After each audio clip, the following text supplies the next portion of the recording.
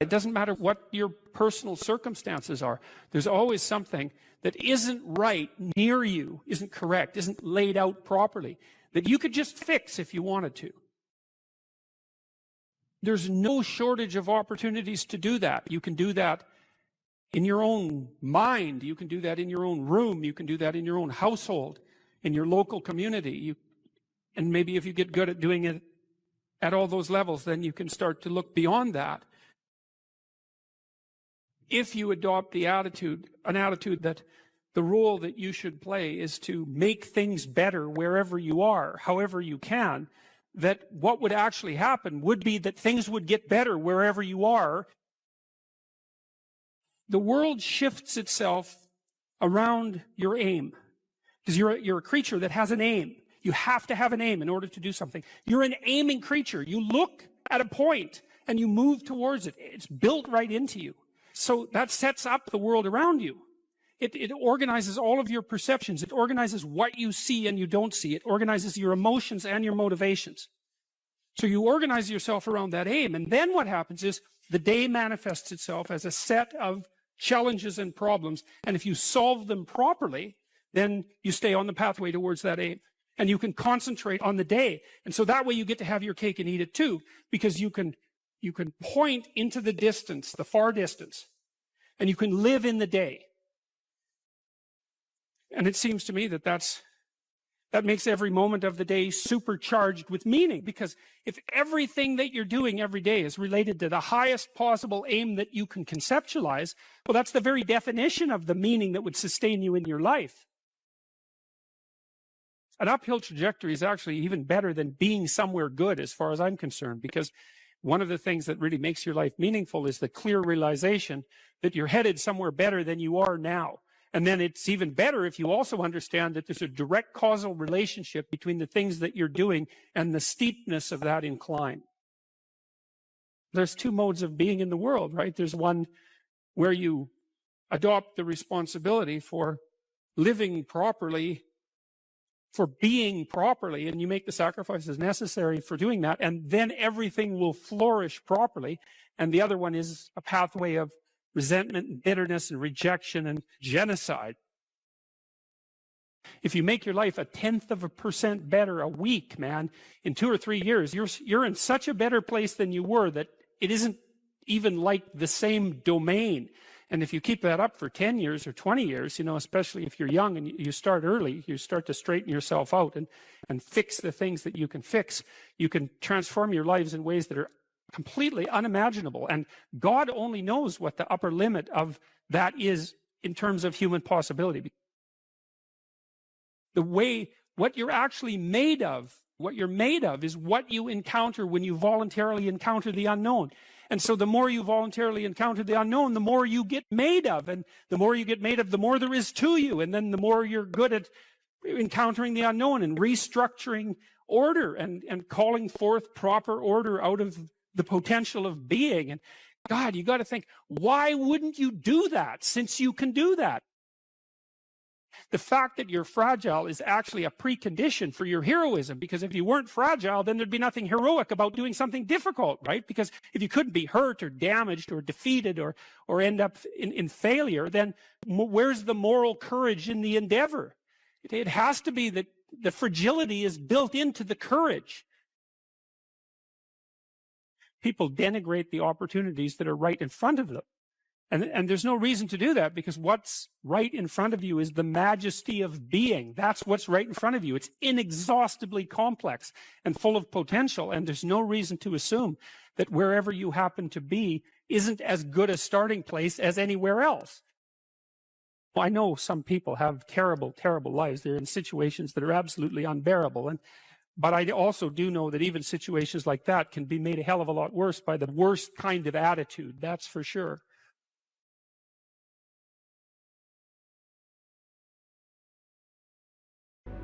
We were sitting in the first row of the plane, and do you remember the guy was a young black man, sort of ran onto the plane. He was wearing a yellow vest. He was a worker working the bridge or something.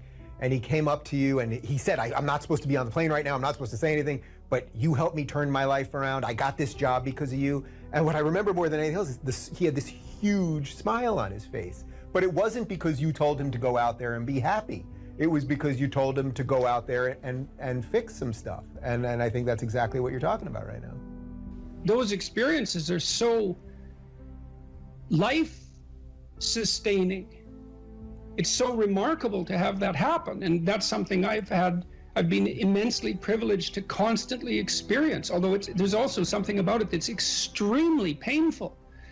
You know, the magnitude of that joy is sort of proportional to the obstacles it had to overcome while it was attempting to manifest itself.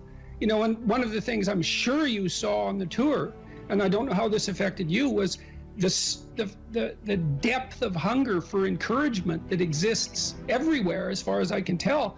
And everyone wants to be appreciated when they bring their best to the table. That's why the current assault on merit is so unbelievably brutal, because it will deny everyone the right to be appreciated for being their best. And you might ask, well, when does the best become your enemy? And that's easy. It's when you flee from it.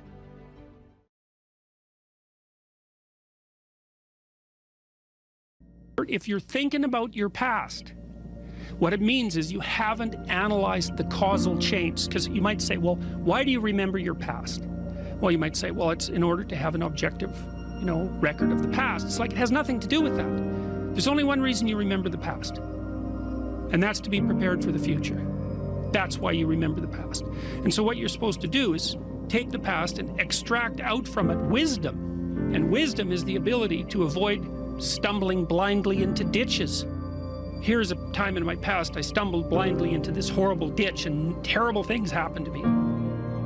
You need to take that apart. You need to figure out, how was it that events conspired with your participation, voluntarily or involuntarily, so that that terrible consequence emerged. You need to know why that happened and how you could react differently in that situation. And as soon as you do that, your brain will leave it alone. It won't obsess you about it anymore, because the anxiety-producing parts of your brain are basically trying to tell you where there are obstacles in your environment. Don't go there, there's fire.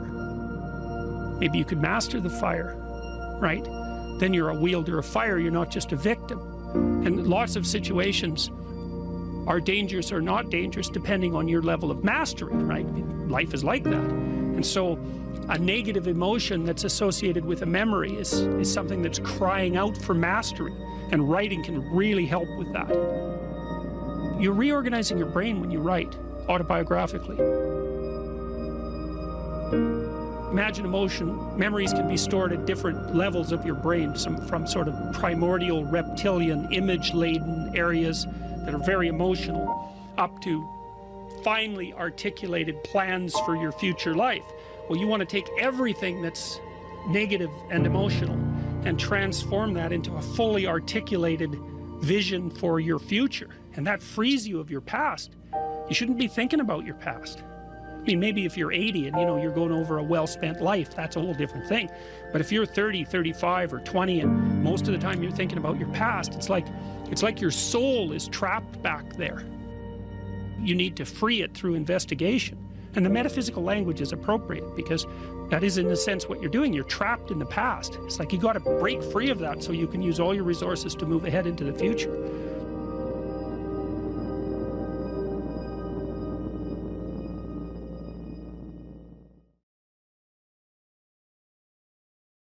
Victim, which is a painful role to have, because something bad happened to you, be a victim. Mm-hmm. But it's something that society struggles with. What about people who feel like they're a victim? They're right. They're victimizers too. Like, everybody is a strange mixture of victim and victimizer. Lots of terrible things happen to people that aren't justifiable in some sense. You know, well, illness strikes people randomly. I mean, not entirely randomly, obviously, but there's a large random element in it, where you're thrown into existence as a consequence of your birth. That's existentialists, especially in the 1950s, talked about that all the time. They talked about it as thrownness, that you're sort of thrown into reality with your particular set of predispositions and weaknesses. And then there's going to be times in your life where things twist in a manner that's unfair to you, that you're not getting your just desserts.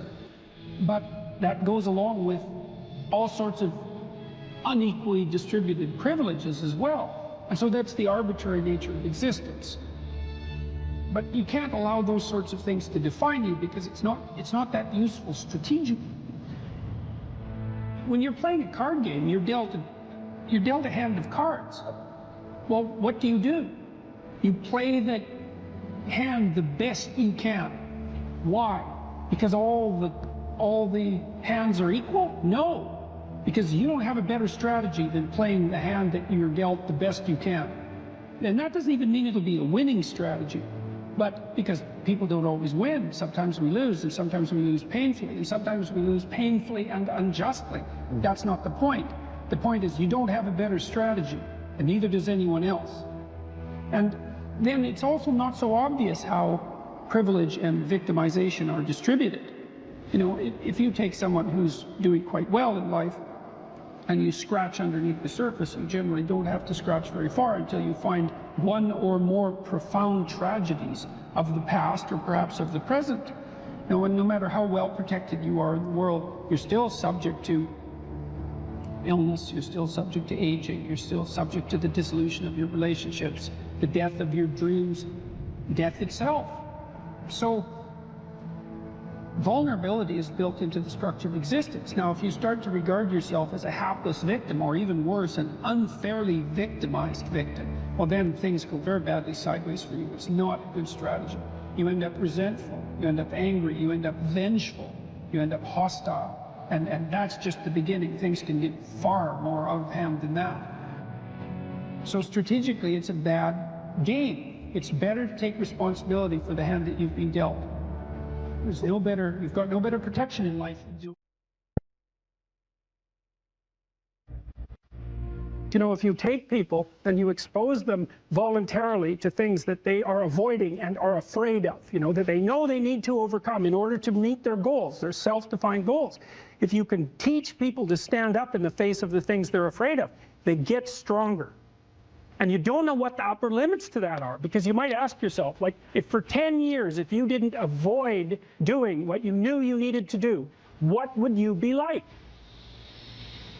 Well, you know, there are remarkable people who come into the world from time to time, and there are people who do find out over decades-long periods what they could be like if they were who they were, if they spoke their being forward.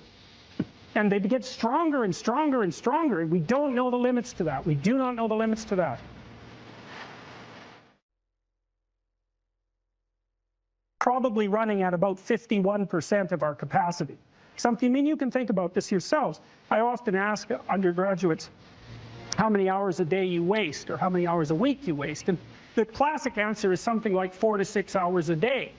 You know, inefficient studying, watching things on YouTube that not only do you not want to watch, that you don't even care about, that make you feel horrible about watching after you're done. That's probably 4 hours right there. You know, you think, well, that's 25 hours a week. It's 100 hours a month. That's 2.5 full work weeks. It's half a year of work weeks per year.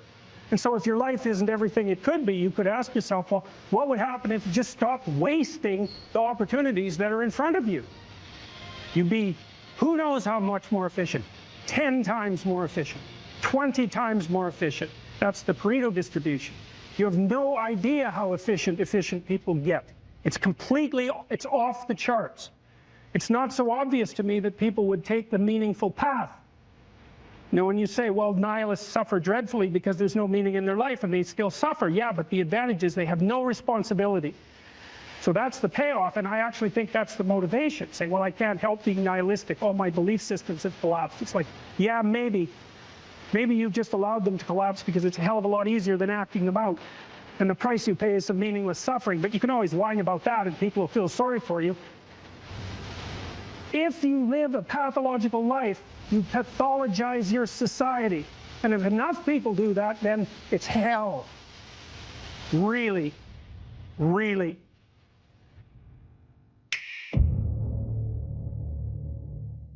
One of the things that you can, I think this heightens the meaning in your life, is to try to do difficult things, right? Aim high. Don't aim so damn high you can't manage it, and make sure you break down your aims into reasonably attainable sub-goals, but you want to aim high, and then you want to see how hyper efficient you can get. That's a great thing to do in your early 20s, is to see, okay, like, discipline yourself. Think, okay, how much work can I do if I load myself right to the maximum? How far can I work? How hard can I work until I exhaust myself? And then you back off, obviously, because the optimal amount of working, productive engagement, let's say, is that which is sustainable across decades. So you have to learn that, but you don't learn that without stretching yourself to your limits to begin with. And you know, if your life isn't everything it could be, and if you're suffering from an excess of meaninglessness, well, it means you're not oriented in the world of chaos and order properly. It's like you could learn to discipline yourself. Figure out what it is that you need to do and that you want to do, and then see how efficient you can get. Because one of the things that's quite fun is to figure out, if you have a task, I always tell my graduate students this if they're doing an experiment too. If you have a task that you have to do, it's really interesting to spend a few minutes, sometimes hours, depending on how long the task is. See if you can figure out how to do it from 5 to 10 times faster. It means you'll have to rearrange the way you think about it, but you can often do it. And that's how extremely productive people get so hyper efficient. If you're suffering, you are obligated, in a sense, to hold on to whatever rope someone throws you. Life can be meaningful enough to justify its suffering. You can tyrannize yourself into doing things, but I wouldn't recommend it. What I would recommend instead is that you ask yourself what you're willing to do. It's a really effective technique. It's like a meditative technique. That's when life is worthwhile.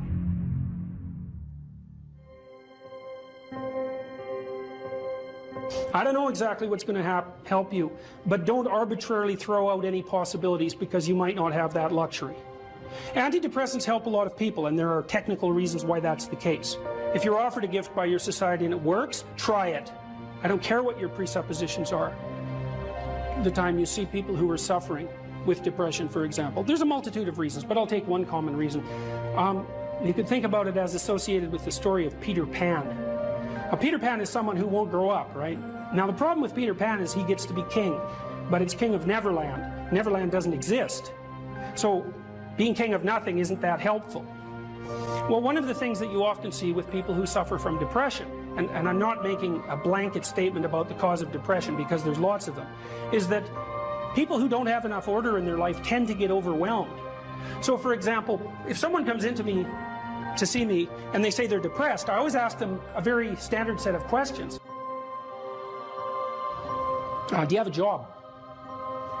If you don't have a job, you're really in trouble in our society. First of all, your biological rhythms tend to go off the rails right away because there's no reason to go to bed at any particular time and there's no reason to get up. And for many people, if they don't get up at the same time, they foul up the functioning of their circadian rhythms, and that's enough to make them depressed right off the bat, especially if they start napping during the afternoon. They also don't have a purpose. People aren't good without a purpose, and this isn't hypothesizing. We absolutely understand the circuitry that underlies positive emotion. When you're attending to something you're interested in and you're engaged in it, that's when you're alive. That's when life is worthwhile. It's so worthwhile that in those moments you don't even ask the question about it. The question itself goes away because the meaning that you're united with is so powerful that it can push back the adversity that would otherwise characterize life. Nietzsche said, the person who has a why can bear any how.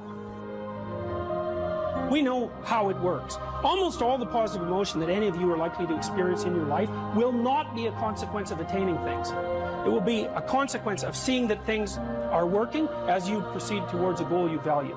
That's completely different, and you need to know this because people are often stunned. For example, they finish their PhD thesis and their presupposition is that they're going to be elated for a month, and often instead they're actually depressed, and they think, oh, what the hell, I've been working on this for 7 years and I handed it in, and what do I do now? And that's what depresses them, right? It's the what do I do now? Well, they're fine if they enjoyed it pursuing the thing. As long as it was working out, they get a lot of enthusiasm and excitement out of that because that's how our nervous systems work.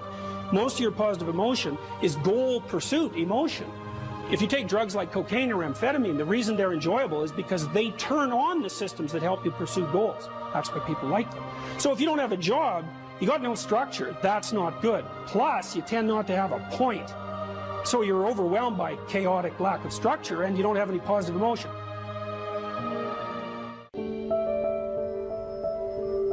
So that's an interesting thing. Well, so let's say you go over your past with a fine-tooth comb and you decide you're going to take responsibility for everything that you did that was wrong and everything that you failed to do that you could have done that was right. It's like, does that change the world? It's like, depends on how thoroughly you do it. You might say it changes the world like nothing else possibly can. And I think that that's actually right. You have to allow yourself a certain latitude for error.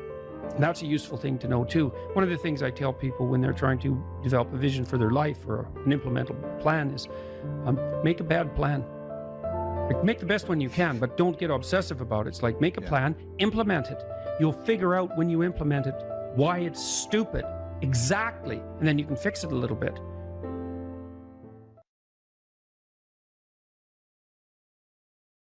It's with our fantasy that we first meet the unknown, right? Well, look, say you're going out with a new person. It's like, what do? You project a fantasy on them. And then you fall in love with the fantasy. And aren't you stupid? Because you're going to find out that the match between your damn fantasy and the actual person is tenuous at best. And so Jung would call that a projection of either the anima or the animus. You know, the anima is what a man projects onto a woman he finds desirable. It's like, oh, she's the perfect woman. It's like, well, how do you know that? You've like seen her for 4 seconds, you know, but it grips you. And the same thing happens in the opposite direction. And it's an action of instinct, you know. It's like you fall in love with the image. But interestingly enough, what you do in a relationship that works is that you actually, I think that what you see, it's a rough approximation, when you project the ideal and fall in love with it, you see what could be.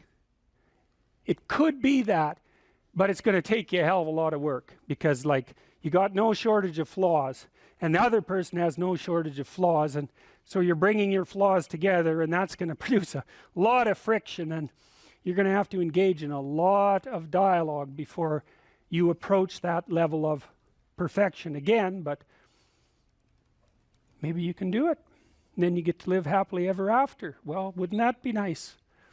Well, so the unconscious meets the unknown, and it meets it with imagination and fantasy and dream and art.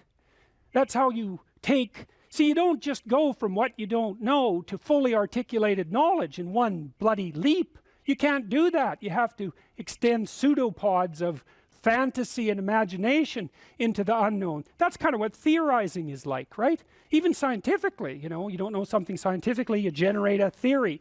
Well, it's an imaginative representation that your unconscious is helping you generate. And so you meet the unknown with fantasy. That's what the unconscious is for. From the psychoanalytic perspective, that's what dreams do. And you can see why. You dream about the future.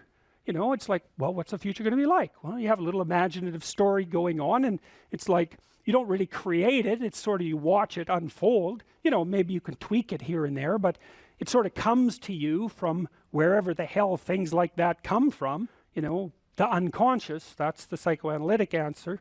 It's not really much of an answer, because it's more like a representation of a place that we don't understand. But that's where creativity comes from. And I mean, some people are really creative right down to the bloody core. So in my clinical practice, I often see people who are high in openness because they're attracted to me because they watch my lectures. And you have to kind of be high in openness to like my lectures. So because, well, you do, because they go everywhere, you know, and they're not necessarily very orderly.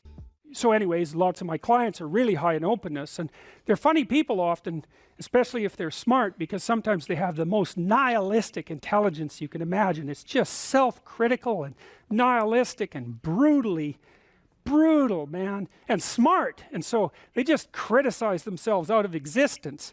And so often I have to just try to get them to quit listening to their chattering self-critical rationality and go out and create something, you know, with their massive creativity. And as long as they're doing that, they're engaged in the world and happy as hell. But as soon as that self-critical rationality comes in and shuts down the creativity, they're just like walking corpses, you know. And it's because if you're really open, like you're a tree, and it has some trunks, and you know, your most prominent trait is the most lively trunk. And if you're a creative person and you're not engaging in a creative enterprise, you're like a tree that has had its vitality amputated. And so this is not trivial. This is deeply, deeply, deeply rooted in your biology. And those are people often who have like dream lives you just can't believe. I have one client, he has like 4 spectacular dreams a week, and most of the time we just spend discussing them. I mean, God. And I had another client who could be lucid in her dreams, which is more common among women. She could ask the damn characters what they represented, and they would tell her. It was like, okay, that was pretty weird. And like a lot of the things they told her were really helpful, and they were not things that she wanted to hear. She basically, one of them told her if she was going to live, she'd have to go visit a slaughterhouse.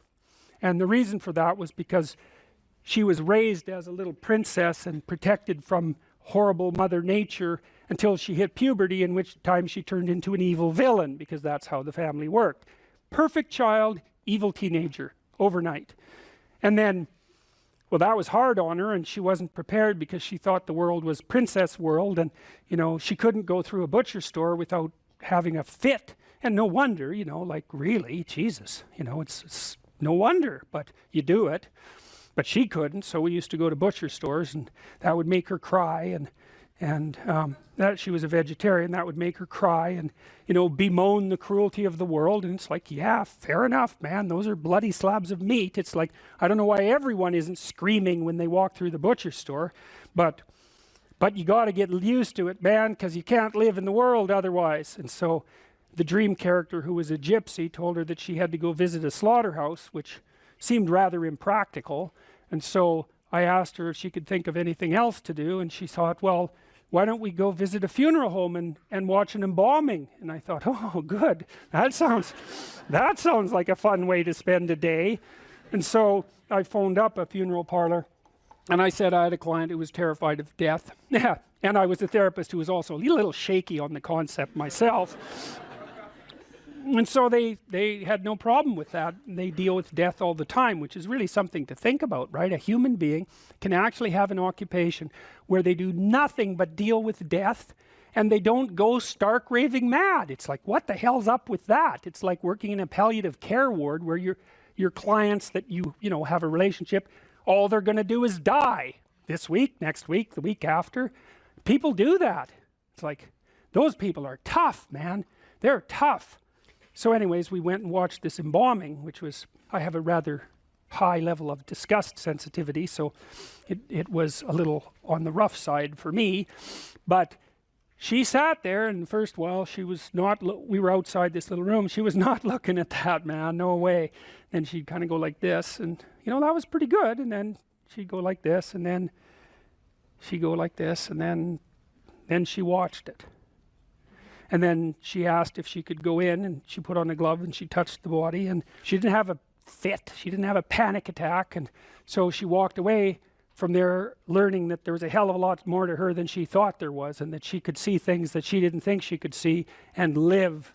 And after that, she sort of had a touchstone. It's like, well, I'm kind of afraid of this. Well, is it as bad as going to see the embalming? No, it's not that bad. Well, I guess I can do it. It's like an initiation, right? She had an initiation. And so did I, you know. And I learned a lot from doing that. I learned that one of the things you need to do if you're going to be a human being is to prepare yourself to be useful in the face of death. And so when you have a parent that dies, which, you know, shatters people's ideas, often they can't even think about it. If you can't even think about that, man, you've got some thinking to do. Because you need to be able to at least think about that, because otherwise you're just going to be a wasteland when it happens. And you never know, you could even have a higher ambition. Maybe you could even be useful when it happens, instead of being part of the heap of destroyed people who also have to be taken care of. You know, and that's brutal. You have to be brutal to be useful in the aftermath of your parents' death. You know, you don't get to crumble and fall apart, and no, you have every reason to. So you got to be kind of some tough monster to manage that. But do you want to be useful in the face of tragedy, or do you want to be pathetic?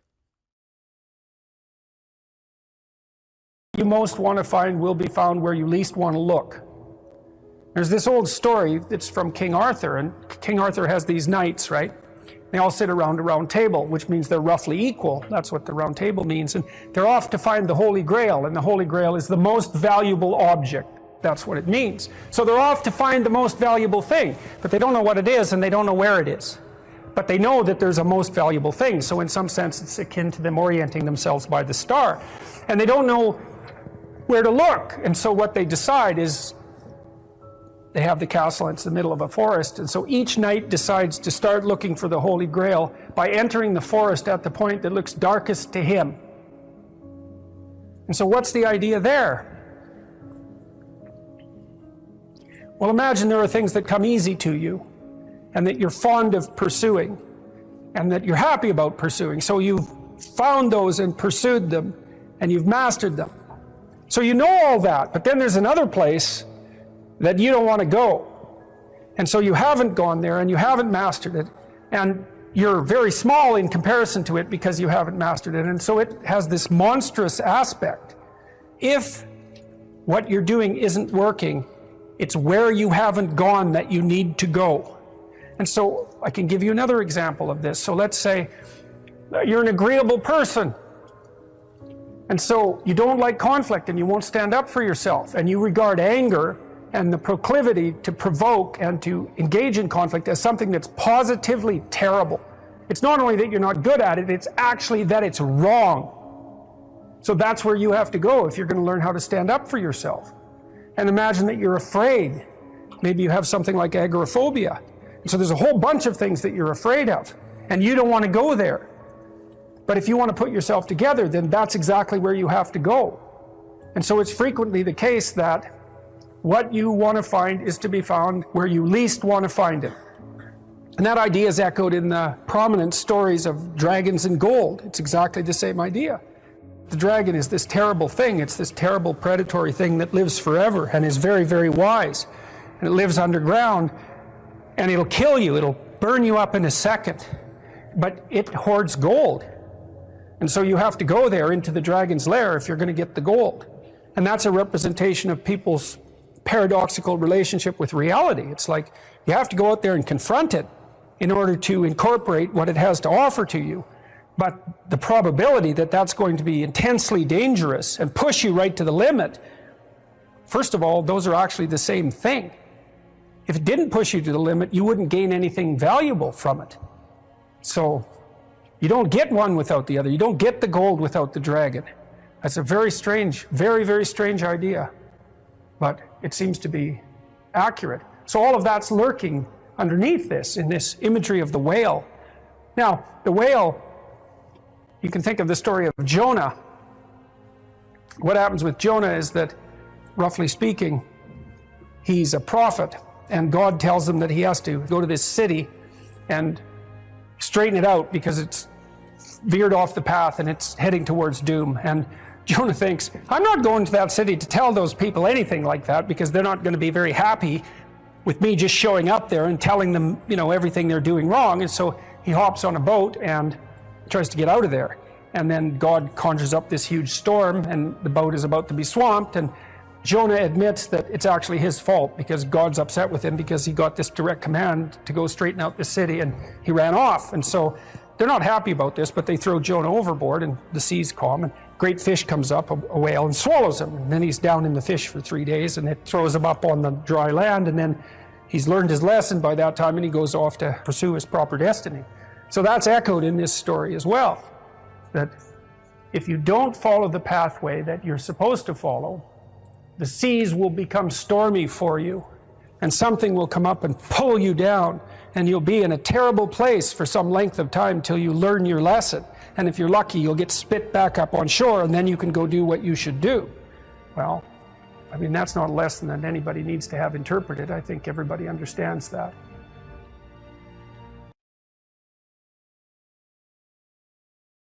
If you're suffering, you are obligated, in a sense, to hold on to whatever rope someone throws you.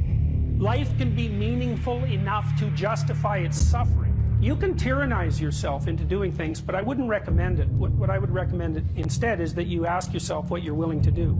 It's a really effective technique. It's like a meditative technique. That's when life is worthwhile.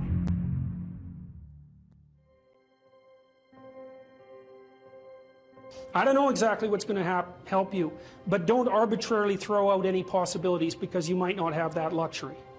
Antidepressants help a lot of people, and there are technical reasons why that's the case. If you're offered a gift by your society and it works, try it. I don't care what your presuppositions are. The time you see people who are suffering with depression, for example, there's a multitude of reasons, but I'll take one common reason. You could think about it as associated with the story of Peter Pan. Now, Peter Pan is someone who won't grow up, right? Now, the problem with Peter Pan is he gets to be king, but it's king of Neverland. Neverland doesn't exist. So being king of nothing isn't that helpful. Well, one of the things that you often see with people who suffer from depression, and I'm not making a blanket statement about the cause of depression because there's lots of them, is that people who don't have enough order in their life tend to get overwhelmed. So, for example, if someone comes into me to see me and they say they're depressed, I always ask them a very standard set of questions. Do you have a job?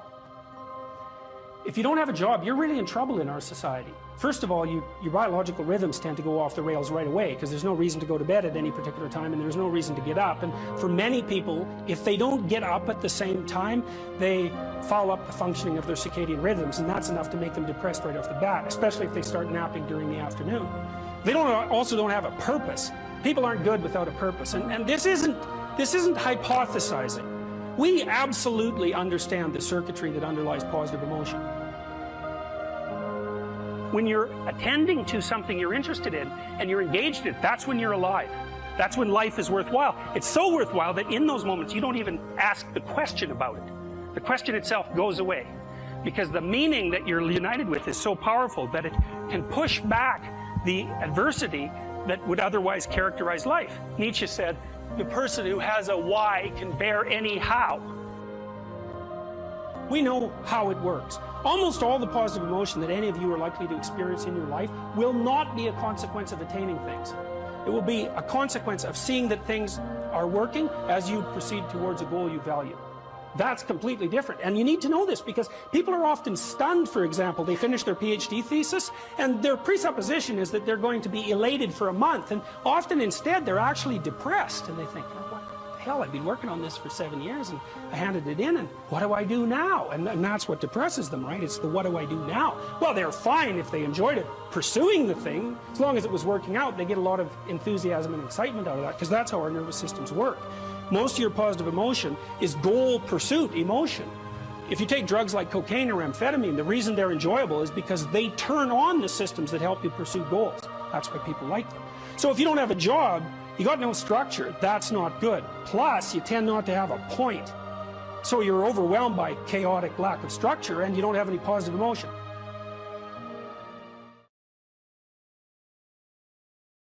Carl Jung talked about this phenomenon he described as retrogressive restoration of the persona.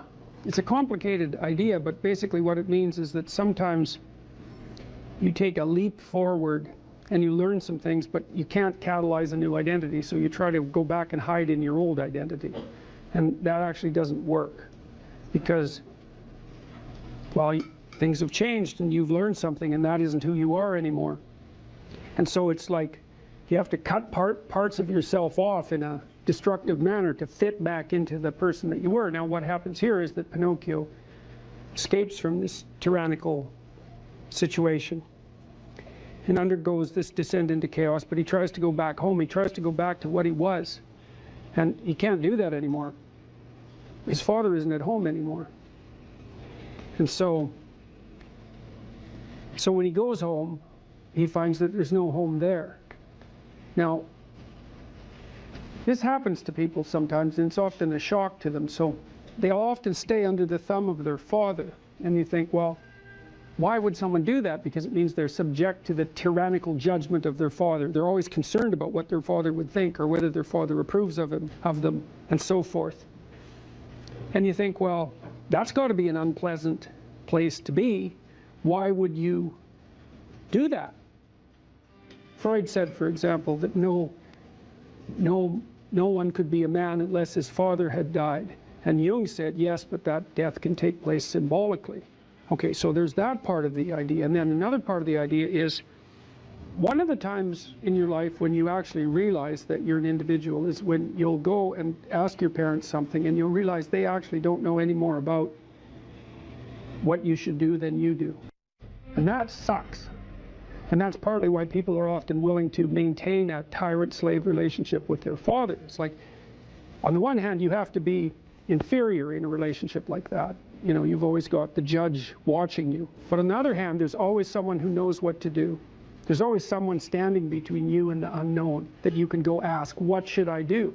Well, at some point, you'll realize that the reason you can't ask that anymore is because they actually don't know any more than you do. And then that's a pain. Like that is a symbolic death. And that's also when you establish a more individual relationship with your parents. It's at that point that you could conceivably start taking care of them instead of the reverse. And that's a time that should come. But you have to let that image of perfection go. And that exposes you. Well, that's what happens here. You know, Pinocchio goes home and he wants things to be the way they were, and he wants to stay under the careful care of the benevolent father. But that's no longer possible. He's past that point, and that's why the father has disappeared.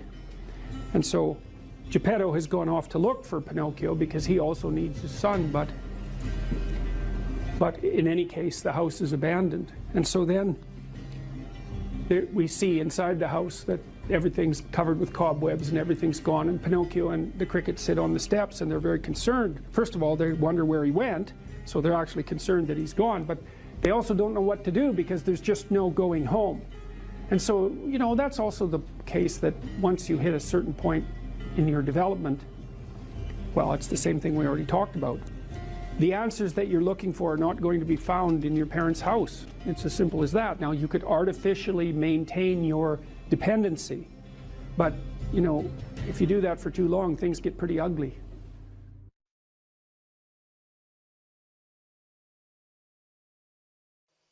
If you were properly oriented in life, if your spirit was in order, you'd aim at the highest thing that you could possibly imagine,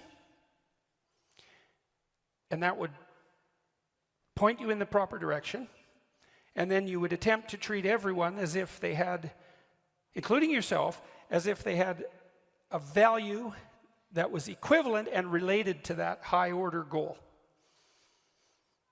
And that's right. Why would you aim at anything other than the highest good you could imagine? It's like, why bother? Almost by definition. If you're going to aim, you might as well aim at what's good. If you're going to aim at what's good, you might as well aim at what's best. And maybe if you aimed at what was best and you managed to progress towards that, it would even be better if you could take everybody along for the ride. And even if you're too cynical and bitter and faithless and nihilistic to think that's a good idea, you can at least see the logic in it and the utility in it, the beauty in it. I'll give you another example.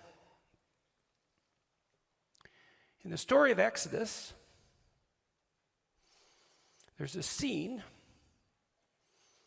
before Moses is called on by God to act as a leader of his people.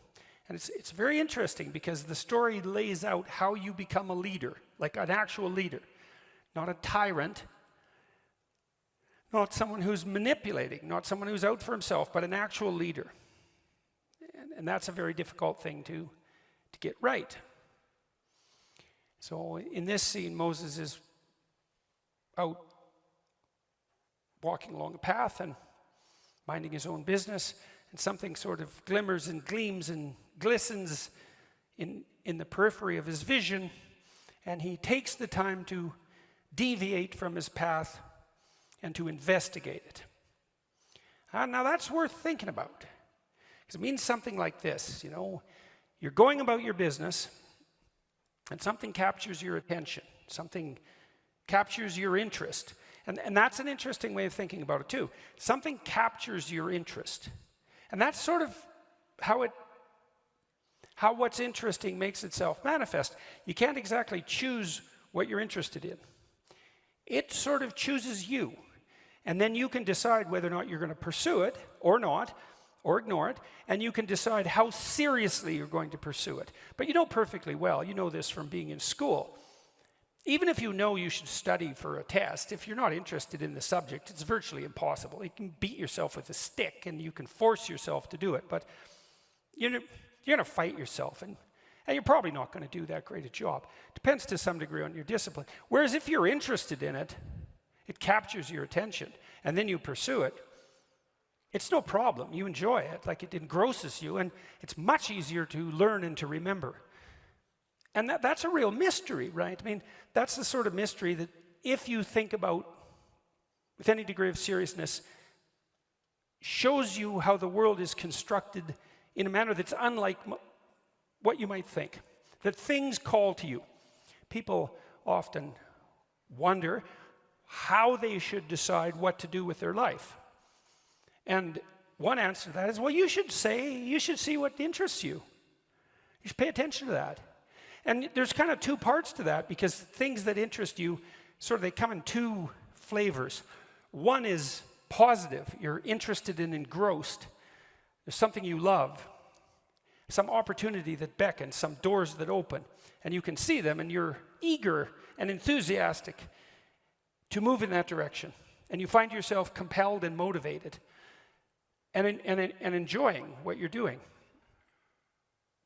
And then there's problems that interest you, and that's more negative. You'll have something that's bothering you, obsessing you, that you can't get rid of, some problem that is paramount. It might be personal, it might be conceptual, it might be political. It's the axe you're inclined to grind.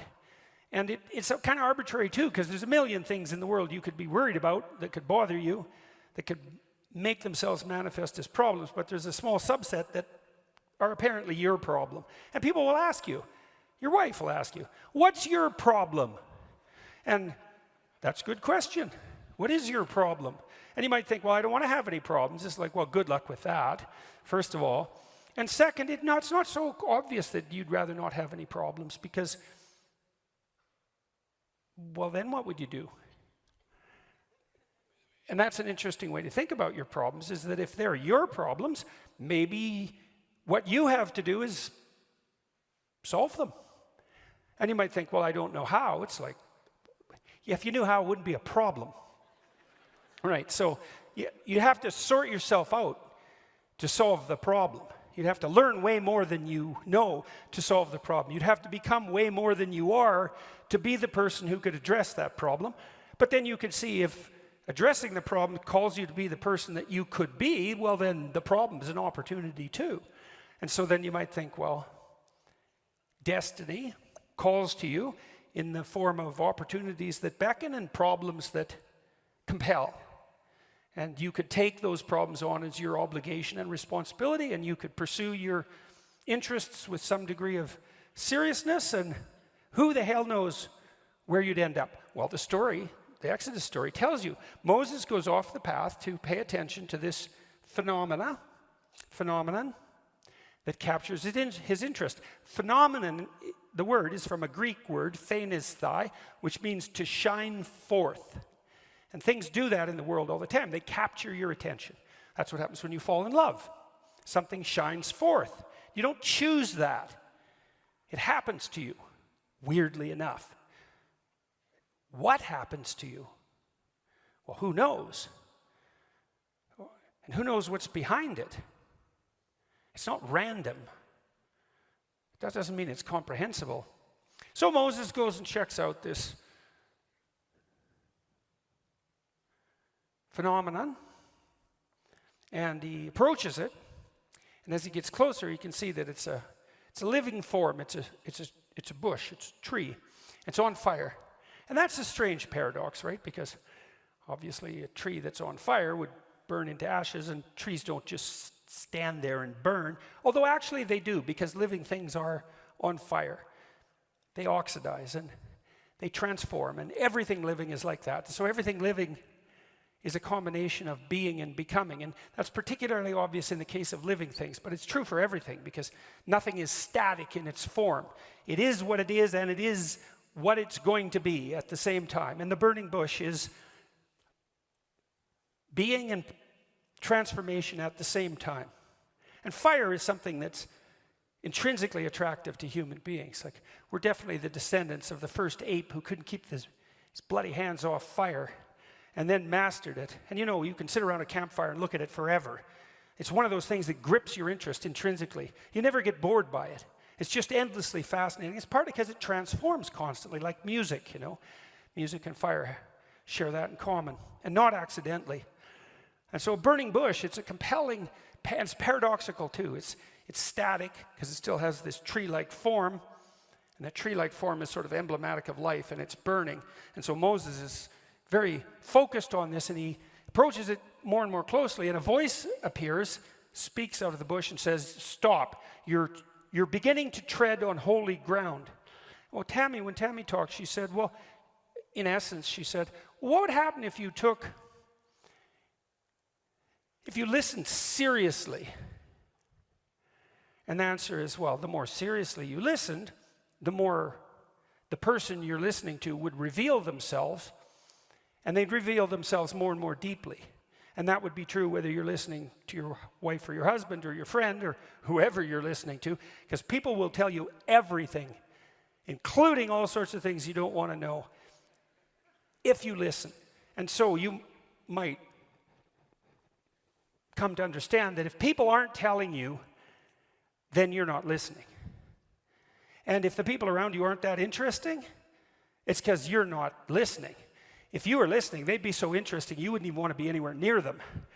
The people are no shortage of interesting, because people are crazy and strange and demented and peculiar, and they're full of twists and tangles and snakes. And if they tell you what they're really up to, man, it's interesting.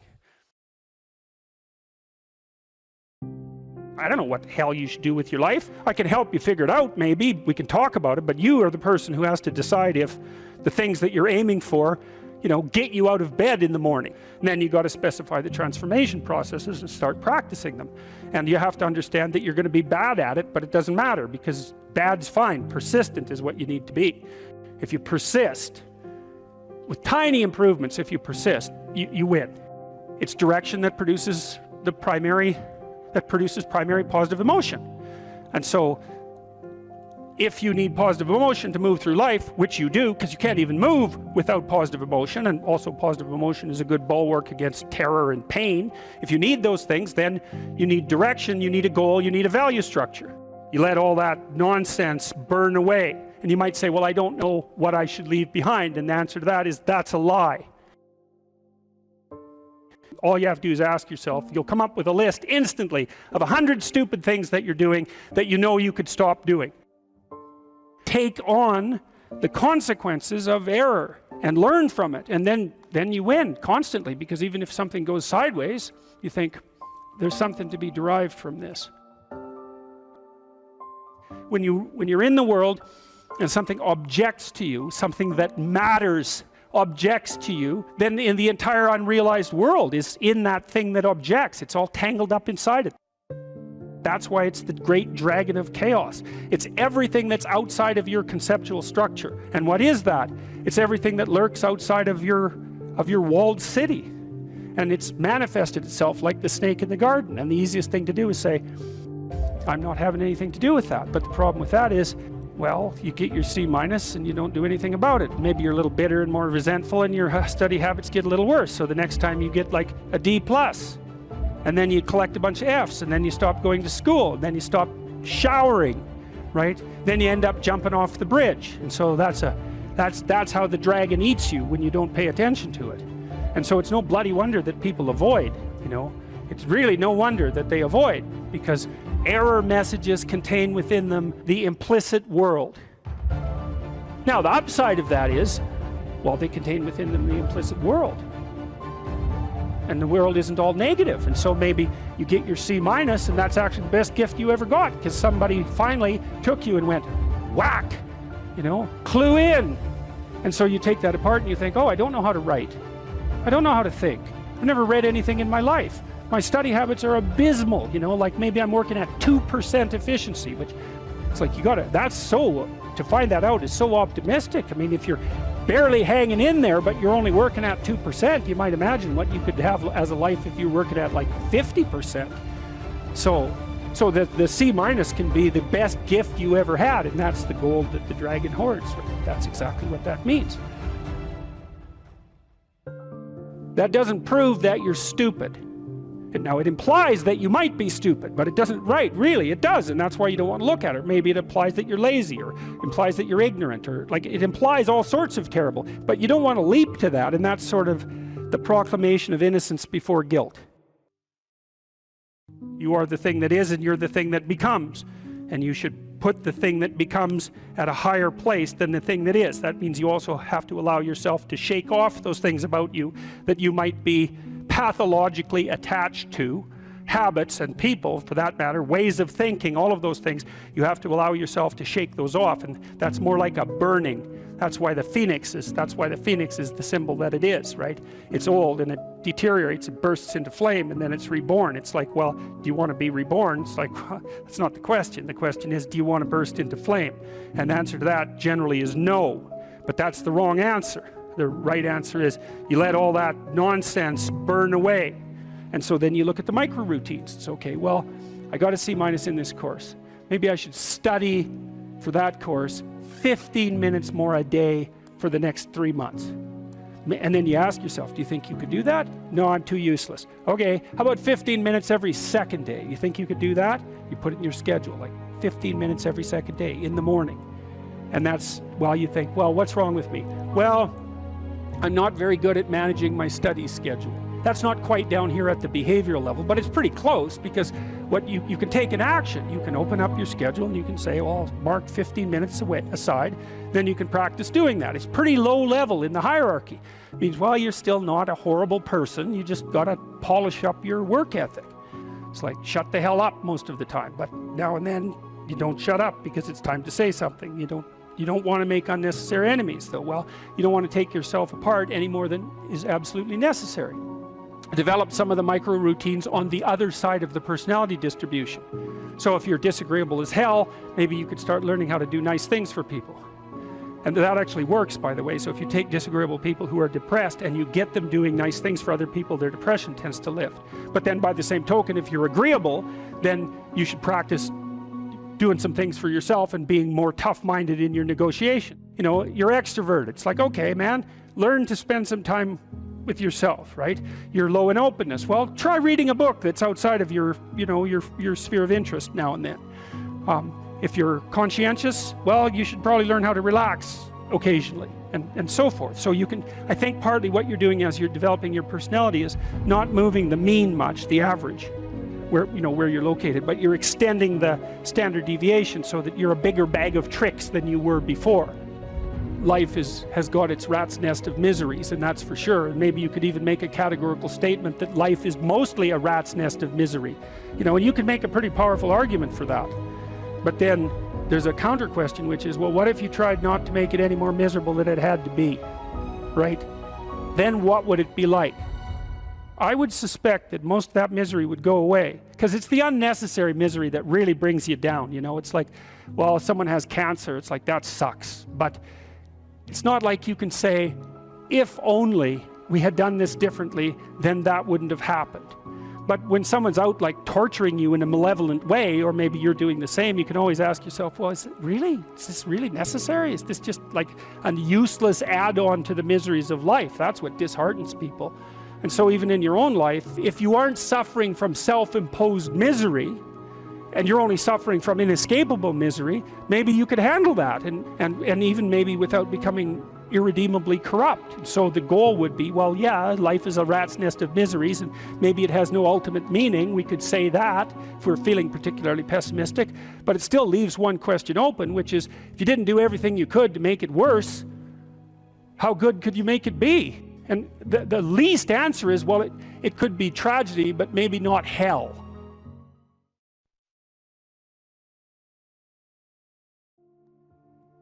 We've met some of your fans, and we got the impression they were all male fans, the ones that we talked to.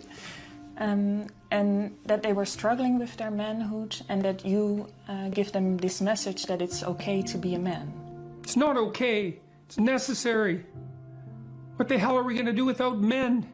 You look around the city here, you see all these buildings go up, these men, they're doing impossible things. They're under the streets, working on the sewers, they're up on the power lines, in the storms and the rain. They're keeping this impossible infrastructure functioning, this thing that works in a miraculous manner. They work themselves to death, and often literally. And the gratitude for that is sorely lacking, especially among the people who should be most grateful. You see university professors, especially of the social justice bent, who are among the most protected and privileged people that the world has ever produced. They take everything they have for granted, failing to understand entirely that there's a massive infrastructure of unbelievably hardworking, solidly laboring, working class men breaking themselves in half on a regular basis, making sure that everything that always breaks works. And so a little gratitude for that is in order. And it's very useful to tell everyone, not just men, that they have an important role to play, a necessary role, and that if they act properly and honestly and forthrightly, that they can put their lives together and they can help their families and they can make their communities better, and that's not toxic masculinity, that appalling phrase. It's what keeps the world going round. If we had any sense, we'd understand that, instead of doing everything at every possible moment to label what we have in the West as oppressive and patriarchal and fundamentally predicated on power, of all the insane propositions. My audiences are often composed mostly of men between, say, 20 and 35. Not exactly young, but young enough. And they're desperate for a discussion about responsibility and fair play and noble being and working properly in the world, and the idea, and to hear the idea that their lives actually matter, that if they straighten themselves up and fly right, that they'll have a beneficial effect on themselves and their family and the community, and that the world is starving for that. And for them as individuals, not for them as a group, but for each of them as individuals.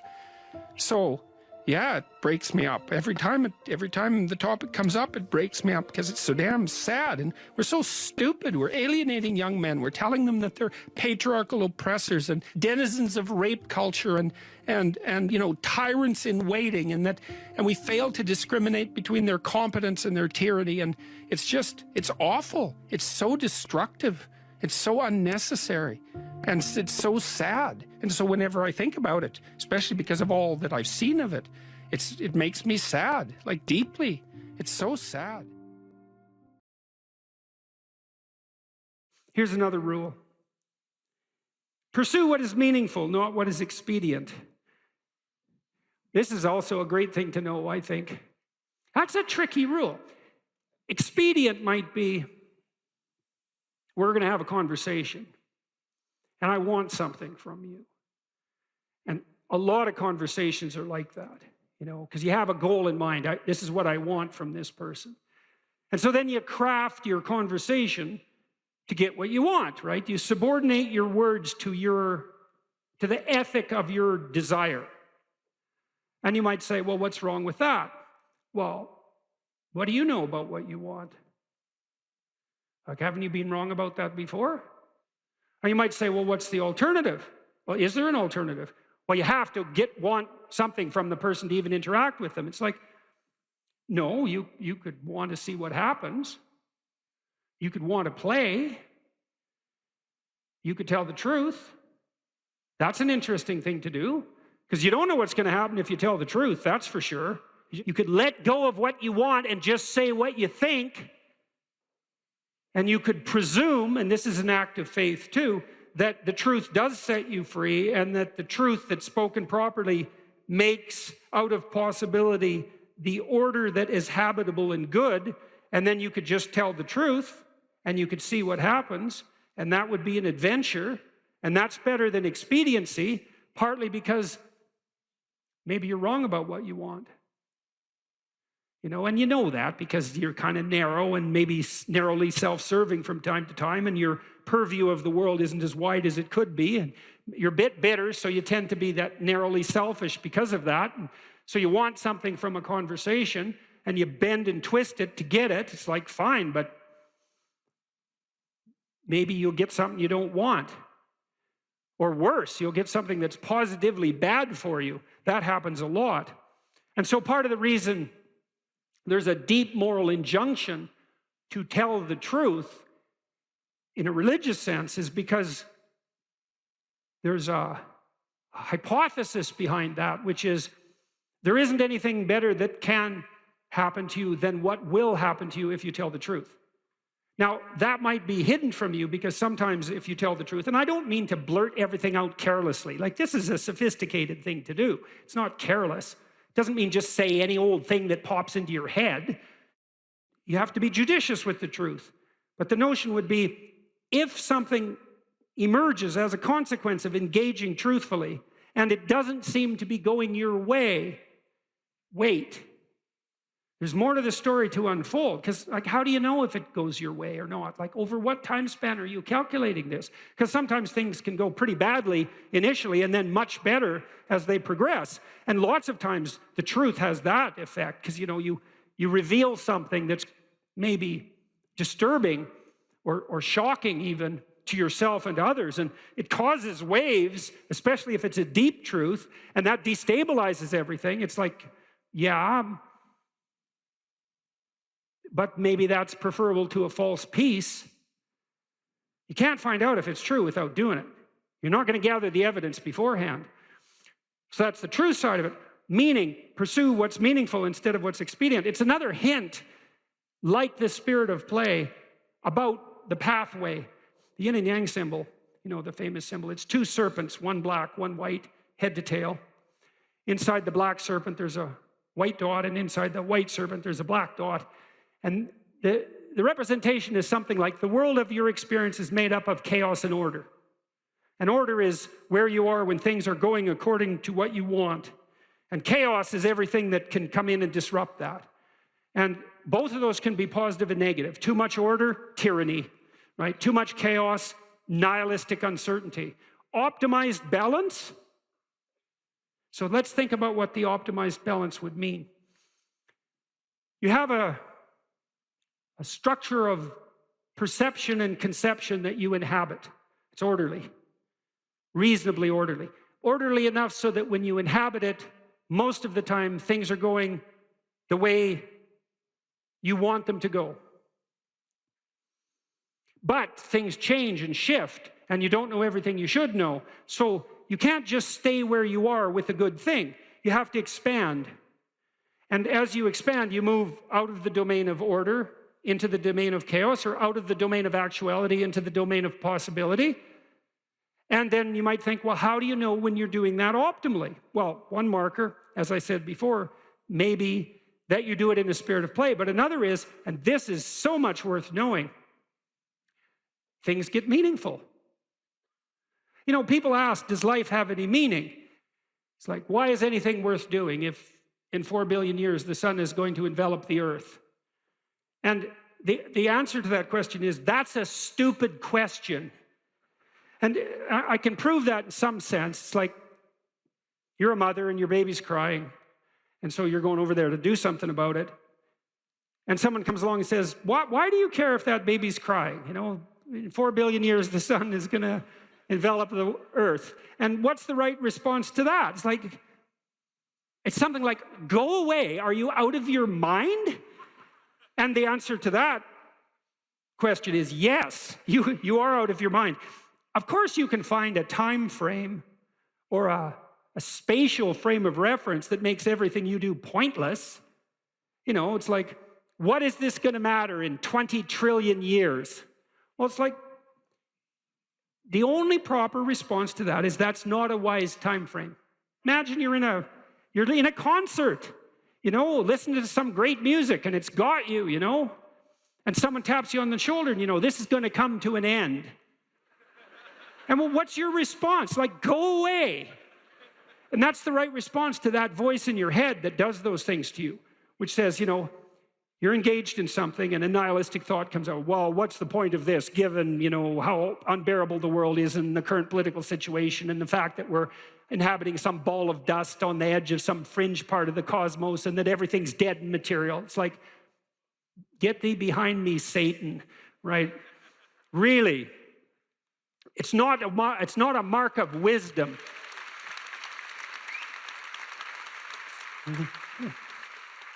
It's not a mark of wisdom to let nihilistic, demonic voices steal your joie de vivre. That is not a mark of wisdom. And you might object, well, at least it's not naive. It's like, yeah, cynicism might be preferable to naivety, but it doesn't hold a candle to wisdom. And that's worth knowing too. Because once you've been hurt and you're cynical, there's no going back to naive. But there's no point in staying at cynical. And there are degrees of courage way beyond cynicism. And some of that is the regaining of the faith you had as a child despite your current level of wisdom. And that's something to strive for, right? That's a moral attainment. That's not a burying your head back in the sand. Quite the contrary. And so, well, back to the yin and yang symbol. Imagine you have an instinct that orients you. Well, you do. As a matter of fact, there's a reflex that's replicated at multiple levels of your nervous system, and it's ancient. If you have a nervous system as an animal, you have this reflex. And the reflex is something like surprise. You know, if I walk across the stage and I hear a loud noise behind me, I might go like this. And that would be automatic because I'm gripped by unconscious systems. And what's happening is some chaos has emerged, and it stops me in my tracks because something unexpected happened, my current plan is incomplete. And then I'll turn and orient towards the place of the disturbance.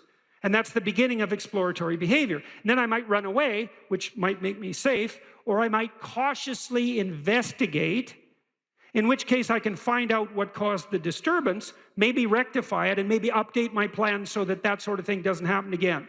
That's a better approach. If you're resentful about something, well, first of all, you should notice, I'm resentful. And that's kind of humiliating because no one's proud of being resentful. It's a shameful emotion. Well, so then why are you resentful? Well, there's only two reasons as far as I've been able to tell. One is that you're allowing yourself to be taken advantage of, or you're being taken advantage of. Sometimes you're not allowing yourself. Sometimes you're a child being abused by their uncle. You're not allowing yourself. You can't do anything about it. You're resentful because you're being taken advantage of or because you're immature. It's one of those two things. Figure out which it is and then take the steps necessary to address it. Living a life without resentment is a great goal. People are often resentful if they see that responsibility has been abdicated. Why isn't that person doing their job? It's like, well, hey man, step in at your workplace, in your family. You know, and you think, well, I shouldn't have to do that extra work. Well, you shouldn't be a slave. You shouldn't allow yourself to be tyrannized. But if something bugs you because a responsibility is going unfulfilled, there's a great opportunity for you. And this is something I don't think we teach young people well. And one of the things, you may remember this, that was so striking about the tour was that I made a case fairly consistently that most people find the meaning that sustains them through the vicissitudes of life, not in happiness, but in responsibility. And that would bring everyone to a halt. It would always make the whole theater silent. It's like, oh, I never thought of that connection. Because maybe you want to avoid responsibility, and you can understand why. You can understand why. You hide from it. That is what you encounter if you go out in the world and you think, who the hell wants that? I don't want the responsibility. It's like, well, yes, you do, as it turns out. There's nothing better than responsibility. Now, you know, I say that with some caution. I think that it's hard to say. The responsibility, I've been overwhelmed by my apparent responsibility, but I think it's also kept me alive. And I mean that literally. And so, wait, can you go a little deeper with that? I mean, when you were at your darkest moments in the last 2 years, whatever that might be, was it the feeling of the... many times in the last year where it would have been much easier for me just to be dead. that's constant. So, but no. But is it but no because of something in you, or is it but no because of the people, that you would have abdicated that responsibility of the people, or is that ultimately the same That's thing? it. Yeah. Well, I do think the two aren't easily distinguishable, but it's definitely that. It's definitely that. You know. And it's one of the chapters, the last chapter, is be grateful in spite of your suffering. You know, you need a meaning to sustain you through suffering. And it is the case that you find that in responsibility. Well, and so it's good advice for anyone who's at work. You're resentful about this and that because people aren't pulling their weight. Pull it. See what happens. You become indispensable instantly. You'll know everything. And no, and maybe that job won't be for you, or maybe that relationship won't be for you, but you'll take your hard-acquired wisdom and go elsewhere and flourish there. So, you know, this kid stopped me. I think I wrote about this in this book. Kid stopped me in a restaurant one day when I was walking in, and he said, and he had an undergraduate degree, and he was working as a waiter in a chain steak place. And he stopped me and he said, you know, about 6 months ago, I was watching one of your lectures and I decided to stop being resentful about my job. And he was resentful because he had a university degree and he's working as a waiter. You know, and look, I don't have anything against waiters. It's like a waiter can make your evening, you know, hooray. He said, well, I decided I'd start trying at my job, like really trying, as if it was worthwhile. He said he got 3 promotions in 6 months, like he's just rocketing up the power hierarchy. Well, it's not power, it's competence. If it's well run, you know, and places are full of opportunity. There's always people out there who are doing far better than you on pretty much anything you want to imagine. And if all you're doing is seeing yourself in their reflected light, let's say, then it's going to be pretty damn dismal. But it's not a good comparison because, well, first of all, there's danger in just comparing yourself to others, period, because they're not you. And God only knows what struggles they had to undertake to get to where they were, or what burdens they're currently carrying that you're not aware of. But you can certainly contrast yourself with yourself. And that's a lot better. It is the only way. Well, it's also the only way of really measuring anything approximating proper improvement. You can actually tell when you're a little better than you were yesterday. Right. And you can actually do that. That's another thing that's so interesting about it, is that you can actually make yourself a little better in some way, pretty much. Well, I don't know if it's at every moment, but you can certainly do it every day. Let's say you want to become who you could be in the fullest sense. So let's say you're someone who's going to solve some serious problems. Okay, the first thing you have to do is admit to the seriousness of the problems. That's no joke. And so the first thing is just the terror of the problem itself. And that's enough to paralyze me. And that's the Hydra, that's the Gorgon with the head of snakes. It'll paralyze and turn you to stone. That's the basilisk in the Harry Potter series. Mm-hmm. You look at it and it turns you to stone and lurks underneath everything, right? And it's malevolence and tragedy. And so there's that. And then the next is, well, you're going to take responsibility for that? You're really going to do that, are you? That's a hell of a load, man. And so it's daunting to even consider that. And then there's the discipline and responsibility that necessitates, which is also daunting. It's like, oh my God, the problem's that serious. I'm really going to have to get my act together in order to not contribute to it, much less solve it. And so the problem is terrible. And then the solution is daunting. But the upside of that is like, well, there isn't anything better to have than a problem that's worth solving, like that's really worth solving. Right. And so the more of that you take on, the more you have a reason to get out of bed in the morning, no matter what. Like, I'm getting up, I'm trudging forward. Doesn't matter what I'm suffering from. I've got things that need to be done. They're necessary. And that gives you that sense of purpose that is the antidote to bitterness. Okay, well, let's say you want your life to be meaningful. It's like, okay, then what you do matters. It actually matters. Or how starting to clean up the room changed their life. That's quite fun because it's something I always tell people to do instead of going out and protesting. Jesus, I just can't stand Cleaning up that. the room? Yeah. Meaning? Well, my sense is that if you want to change the world, you start from yourself and work outward because you build your competence that way. It's like, I don't know how you can go out and protest the structure of the entire economic system if you can't keep your room organized. Well, I made a video call, which was called Message to Millennials, where it was called How to Change the World Properly.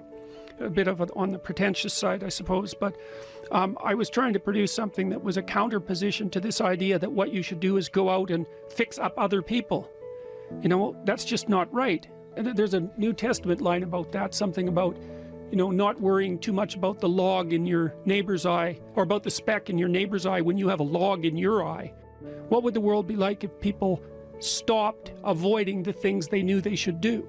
You know, because the question is, how much are we contributing to the fact that life is an existential catastrophe and a tragedy? How much is our own corruption contributing to that? That's a really worthwhile question. The things you leave undone because you're angry, you're resentful, you're lazy, you have inertia. Well, you consult your conscience and it says, well, you know, that place over there could use a little work. It's the same as working on yourself, and so you clean that up because you can. And then things are a little clearer around you, and you're a little better off because you've practiced a bit, and so you're a little stronger. And then something else manifests itself and says, well, maybe you could like take a crack at fixing me up too. So you decide to do that, and then that gets a little bit more pristine, you know. And soon, and it's humble because you're not exceeding your domain of competence. You know, it's like, don't be fixing up the economy, 18-year-olds. You don't know anything about the economy. It's a massive, complex machine beyond anyone's understanding, and you mess with it at your peril. So, and can you even clean up your own room? No. Well, you should think about that. You should think about that. Let's say you want to become who you could be in the fullest sense. So let's say you're someone who's going to solve some serious problems. Okay, the first thing you have to do is admit to the seriousness of the problems. That's no joke. And so the first thing is just the terror of the problem itself. And that's enough to paralyze you, right? And that's the Hydra, that's the Gorgon with the head of snakes. It'll paralyze you and turn you to stone. That's the basilisk in the Harry Potter series. You look at it and it turns you to stone and lurks underneath everything, right? And it's malevolence and tragedy. And so there's that. And then the next is, well, you're going to take responsibility for that? You're really going to do that, are you? That's a hell of a load, man. And so it's daunting to even consider that. And then there's the discipline and responsibility that necessitates, which is also daunting. It's like, oh my God, the problem's that serious. I'm really going to have to get my act together in order to not contribute to it, much less solve it. And so the problem is terrible. And then the solution is daunting. But the upside of that is like,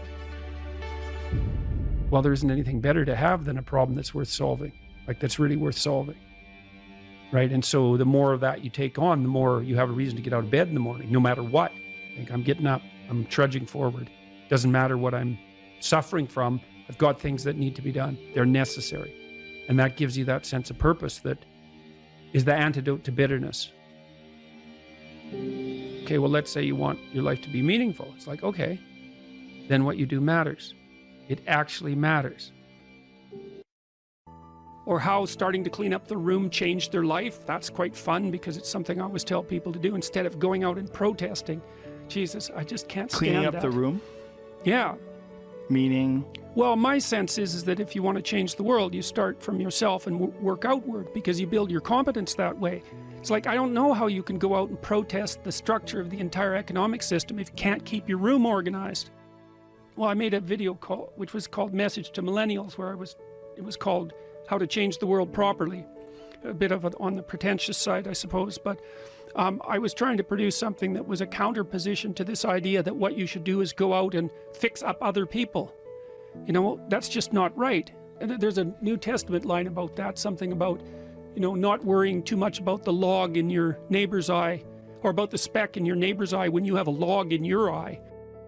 What would the world be like if people stopped avoiding the things they knew they should do? You know, because the question is, how much are we contributing to the fact that life is an existential catastrophe and a tragedy? How much is our own corruption contributing to that? That's a really worthwhile question. The things you leave undone because you're angry, you're resentful, you're lazy, you have inertia. Well, you consult your conscience and it says, well, you know, that place over there could use a little work. It's the same as working on yourself, and so you clean that up because you can. And then things are a little clearer around you. And you're a little better off because you've practiced a bit. And so you're a little stronger, and then something else manifests itself and says, well, maybe you could like take a crack at fixing me up too.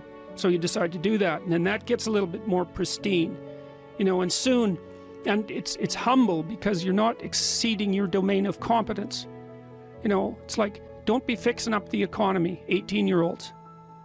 You don't know anything about the economy. It's a massive, complex machine beyond anyone's understanding, and you mess with it at your peril. So, and can you even clean up your own room? No. Well, you should think about that. You should think about that. What could you do to improve yourself? Well, let's step one step backwards. The first question might be, why should you even bother improving yourself? And I think the answer to that is something like, so you don't suffer any more stupidly than you have to.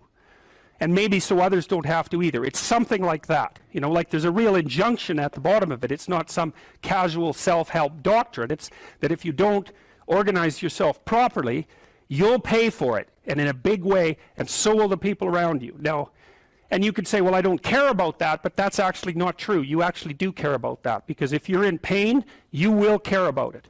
And so you do care about it, even if it's just that negative way, you know. It's very rare that you can find someone who's in excruciating pain who would ever say, well, it would be no better if I was out of this. It's sort of, pain is one of those things that brings the idea that it would be better if it didn't exist along with it. It's incontrovertible. So you get your act together so that there isn't any more stupid pain around you than necessary. Well, so then the question might be, well, how would you go about getting your act together? And the answer to that, and this is a phenomenological idea too, it's something like, look around for something that bothers you and see if you can fix it. So now you think, well, let's say you go into you can do this in a room. It's quite fun to do it just when you're sitting in a room, like a room, maybe your bedroom. You can sit there and just sort of meditate on it and think, okay, if I wanted to spend 10 minutes making this room better, what would I have to do? And you have to ask yourself that, right? It's not a command, it's like a genuine question.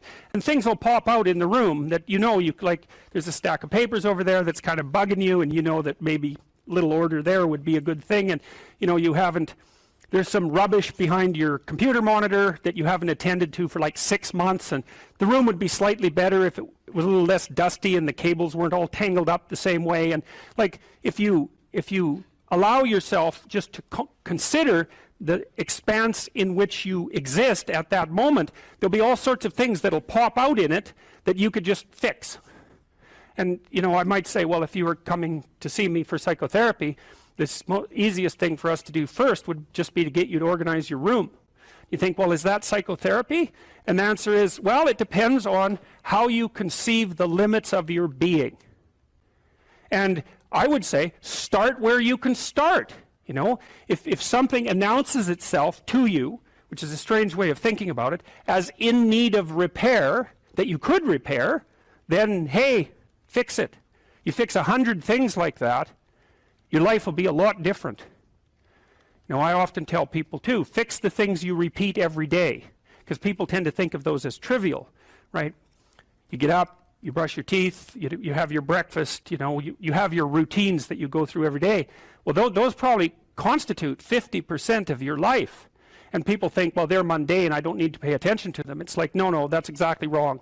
The things you do every day, those are the most important things you do. Hands down. All you have to do is do the arithmetic. You figure it out right away. So 100 adjustments to your broader domain of being, and there's a lot less rubbish, and there's a lot less rubbish around, and a lot fewer traps for you to step into. And so that's in keeping with Jung's idea about erasing once you've got your mind and your emotions together, and once you're acting that out, then you can extend what you're willing to consider yourself and start fixing up the things that are part of your broader extent. Now, sometimes you don't know how to do that. So you might say, imagine you're walking down Bloor Street and there's this guy who's like alcoholic and schizophrenic and has been on the streets for 10 years. He sort of stumbles towards you and, you know, incoherently mutters something. That's a problem. And it would be good if you could fix it, but you haven't got a clue about how to fix that. you just walk around that and go find something that you could fix, because if you muck about in that, not only is it unlikely that you'll help that person, it's very likely that you'll get hurt yourself. So, you know, just because while you're experiencing things announce themselves as in need of repair doesn't mean that it's you right then and there that should repair them. You have to have some humility. You know, you don't walk up to a helicopter that isn't working and just start tinkering away with it. You have to stay within your domain of competence. But most of the time, if people look at their lives, you know, it's a very interesting thing to do. I like the idea of the room, because you can do that at the drop of a hat. You know, you go back to where you live and sit down and think, okay, I'm going to make this place better for half an hour. What should I do? And you have to ask, and things will just pop up like mad. And it's partly because your mind is a very strange thing. As soon as you give it a name, a genuine aim, it'll reconfigure the world in keeping with that aim. That's actually how you see to begin with. And so if you set it a task, especially, you have to be genuine about it, which is why you have to bring your thoughts and emotions together, and then you have to get them in your body so you're acting consistently. You have to be genuine about the aim, but once you aim, the world will reconfigure itself around that aim, which is very strange. And it's technically true. You know, the best example of that, you have all seen this video where you watch the basketballs being tossed back and forth between members of the white team versus the black team, and while you're doing that, a gorilla walks up into the middle of the video and you don't see it. It's like, you know, if you thought about that experiment for about 5 years, that would be about the right amount of time to spend thinking about it, because what it shows you is that you see what you aim at. And that, man, if you can get one thing through your head as a consequence of even being in university, that would be a good one. You see what you aim at. And so, because one inference you might draw from that is, be careful what you aim at, right? What you aim at determines the way the world manifests itself to you. And so if the world is manifesting itself in a very negative way, one thing to ask is, are you aiming at the right thing? Now, you know, I'm not trying to reduce everybody's problems to an improper aim. People get cut off at the knees for all sorts of reasons. You know, they get sick, they have accidents. There's a random element to being, that's for sure. And so you don't want to take anything, even that particular phrase, too far.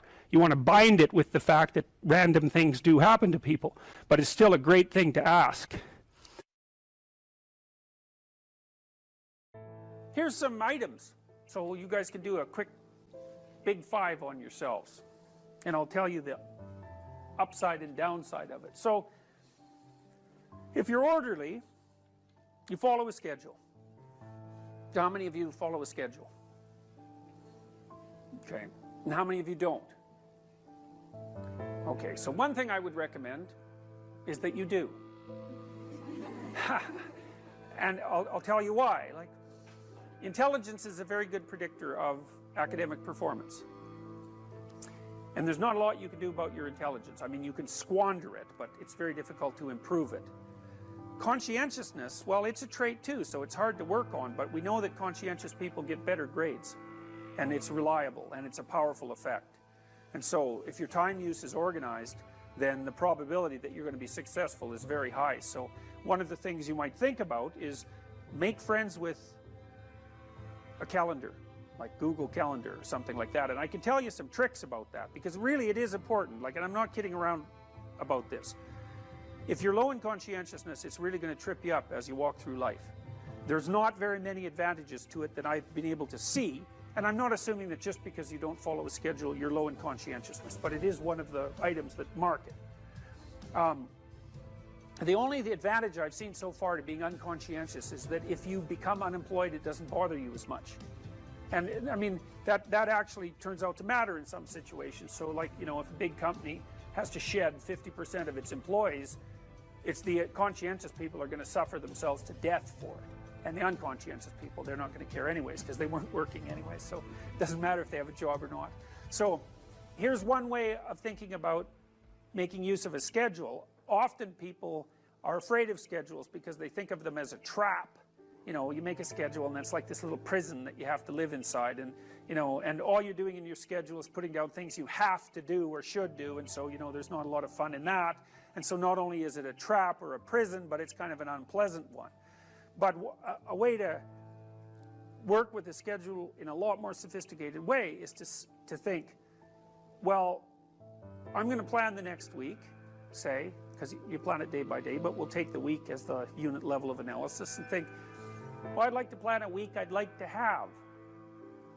And then your schedule all of a sudden becomes a tool for increasing the quality of your life. And that's a whole different issue, you know, because you might think, what's the emotion that you suffer, assuming you suffer one of these emotions, if you have an essay that's due and you're not doing it? Like, would you regard that as a pleasant emotion or unpleasant emotion? Okay, so do you think you can characterize the unpleasantness? Like, what kind of emotion is it? It's guilt, okay. Anything else?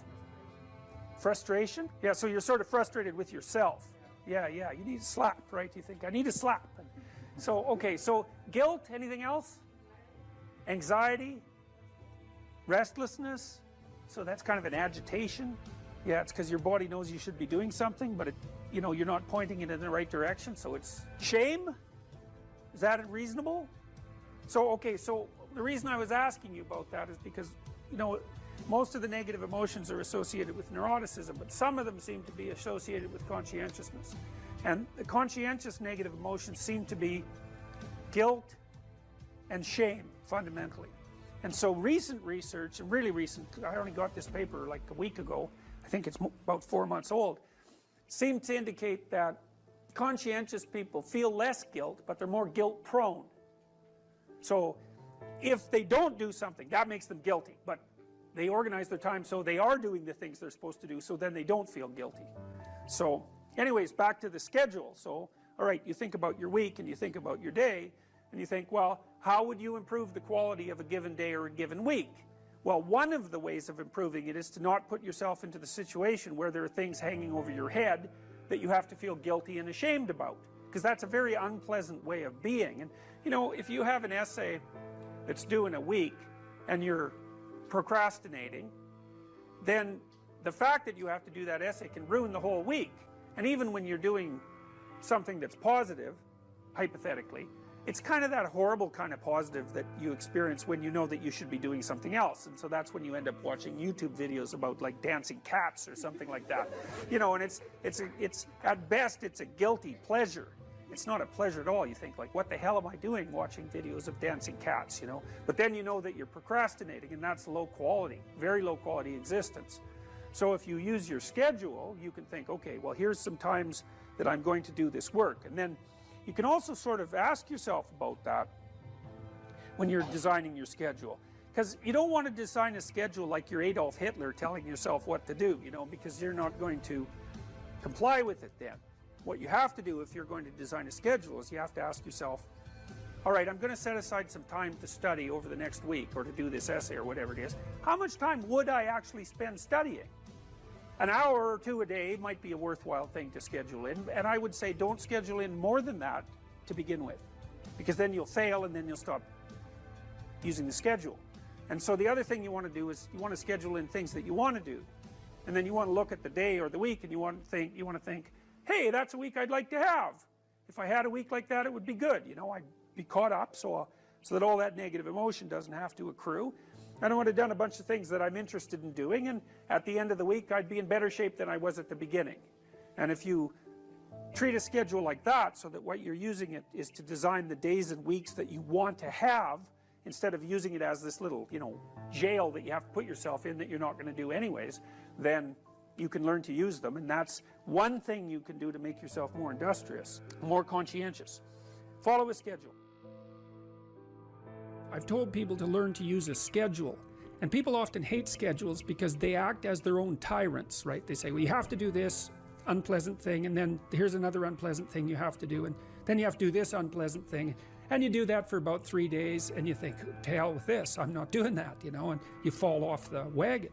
That isn't what you're supposed to do with a schedule. You're supposed to use it to design the days that you would like to have if you were taking care of yourself. And so some of that is, you know, you wake up in the morning and you think, here's 5 things I have to do that if I don't do, my life will be worse. It's like paying bills, for example, or taking out the garbage. It's like you have to do those because otherwise things degenerate. So you got to put some of those in the schedule, because otherwise tomorrow is worse than today, and that's a bad trajectory. But you also want to build in things, you know, you've got to act in some sense like you're dealing with a relatively recalcitrant 9-year-old. It's like, so, well, here's some things you have to do, but here's some things that if you do, you could reward yourself with. And if you get the balance there between obligation and reward right, then you'll find that you're motivated to do the things. And that's what you want to do. You want to do that so it's sustainable across days and weeks and months. And so you got to treat yourself like a good boss would treat a valued employee, and not like a tyrant would treat a slave, because the slave will rebel. And you know, people say, well, I don't follow through on my plans. It's like, well, A, they're probably not very well formulated, and maybe you're doing them because of an external moral obligation or something. They're not really your plans, right? And B, you're acting like a tyrant and a slave, and that's a bad relationship to have with yourself. Treat other people as you would like to be treated. It works both ways. You also treat yourself like you treat other people properly. So that's a necessary thing, and often people don't do that. But the scheduling is really important.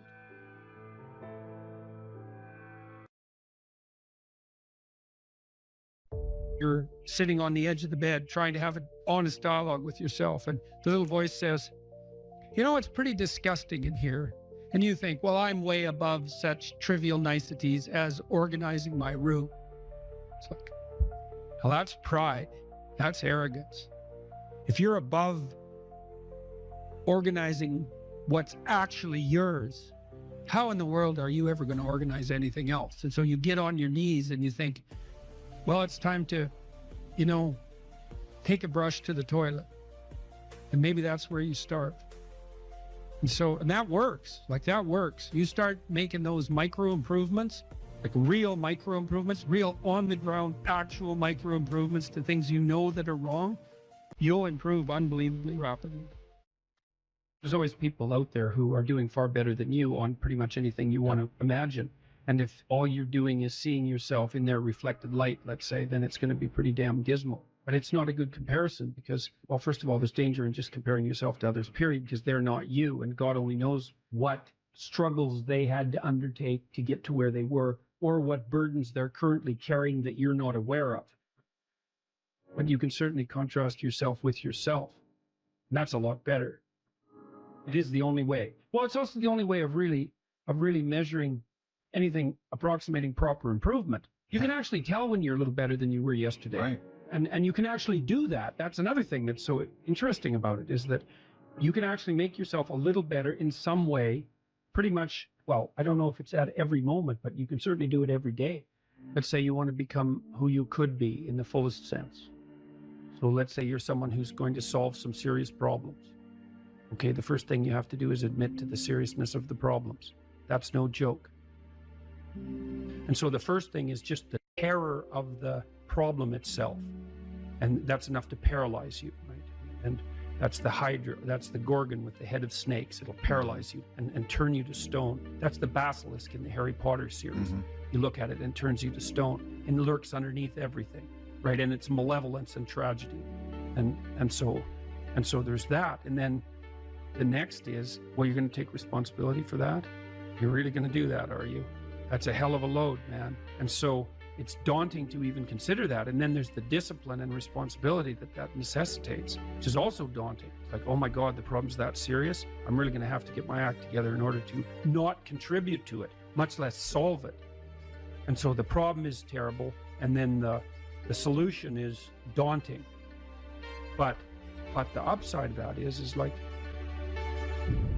well, there isn't anything better to have than a problem that's worth solving, like that's really worth solving, right? And so the more of that you take on, the more you have a reason to get out of bed in the morning, no matter what. Like, I'm getting up, I'm trudging forward. Doesn't matter what I'm suffering from. I've got things that need to be done. They're necessary. And that gives you that sense of purpose that is the antidote to bitterness. Okay, well, let's say you want your life to be meaningful. It's like, okay, then what you do matters. It actually matters. Or how starting to clean up the room changed their life. That's quite fun because it's something I always tell people to do. Instead of going out and protesting, Jesus, I just can't stand Cleaning up that. the room? Yeah. Meaning? Well, my sense is that if you want to change the world, you start from yourself and work outward, because you build your competence that way. It's like, I don't know how you can go out and protest the structure of the entire economic system if you can't keep your room organized. Well, I made a video call, which was called Message to Millennials, where it was called How to Change the World Properly. A bit of it on the pretentious side, I suppose, but I was trying to produce something that was a counterposition to this idea that what you should do is go out and fix up other people. You know, that's just not right. And there's a New Testament line about that, something about, you know, not worrying too much about the log in your neighbor's eye, or about the speck in your neighbor's eye when you have a log in your eye. What would the world be like if people stopped avoiding the things they knew they should do? You know, because the question is, how much are we contributing to the fact that life is an existential catastrophe and a tragedy? How much is our own corruption contributing to that? That's a really worthwhile question. The things you leave undone because you're angry, you're resentful, you're lazy, you have inertia. Well, you consult your conscience and it says, well, you know, that place over there could use a little work. It's the same as working on yourself, and so you clean that up because you can, and then things are a little clearer around you. And you're a little better off because you've practiced a bit, and so you're a little stronger, and then something else manifests itself and says, well, maybe you could like take a crack at fixing me up too. So you decide to do that, and then that gets a little bit more pristine, you know, and soon, and it's humble because you're not exceeding your domain of competence. You know, it's like, don't be fixing up the economy, 18-year-olds. You don't know anything about the economy. It's a massive, complex machine beyond anyone's understanding, and you mess with it at your peril. So, and can you even clean up your own room? No. Well, you should think about that. You should think about that. You only have to ask a stupid question once. You ask a stupid question, and if you're in a crowd and you ask a stupid question, 80% of the people in the crowd have the same question. They're just too cowardly to ask. But you ask and then someone actually tells you, you never have to ask that question again. You're no longer stupid. What stupid thing am I doing that I could quit doing? That I would quit doing? Because those aren't the same thing, right? Because you know there's stupid things that you're doing that you're just not going to quit doing because you like them. But there might be something on the edge there where you could stop that. If you want to know something about yourself, sit on your bed one night and say to yourself, you got to mean this, like you got to be desperate. This is no game, this. My life is not everything I want it to be, and perhaps it's not everything that I need it to be. And by need, I mean my life is so unbearable that the suffering that's attendant upon that is make me nihilistic, cynical, bitter, resentful, driving the proclivity to see evil everywhere except within my own heart. Like, these are problems, man. And you ask yourself, you sit on the bed and say, okay, man, I'm ready to learn something. What's one thing I'm doing wrong that I know I'm doing wrong, that I could fix, that I would fix? It's like, you meditate on that, you'll get an answer. And it won't be one you want, but it'll be the necessary one. You know, and it's often something that will point you to small things. Like, that works. You start making those micro improvements, like real micro improvements, real on the ground, actual micro improvements to things you know that are wrong, you'll improve unbelievably rapidly. There's never been a better time for the majority of people to be alive. And the future, although we're vulnerable and terrible things can always happen to us, it's hard to make a case that the future doesn't look comparatively positive. We're becoming extremely technologically sophisticated, and the world is changing at an incredibly rapid rate, and the only way we're going to be able to manage that in a positive way is if each of us, or as many of us as possible, are capable of making wise and careful and truthful decisions. And if we do that, then maybe things can continue to improve. You don't get people to stand up on their own 2 feet and to adopt responsibility if everything is given to them. And that's a real conundrum.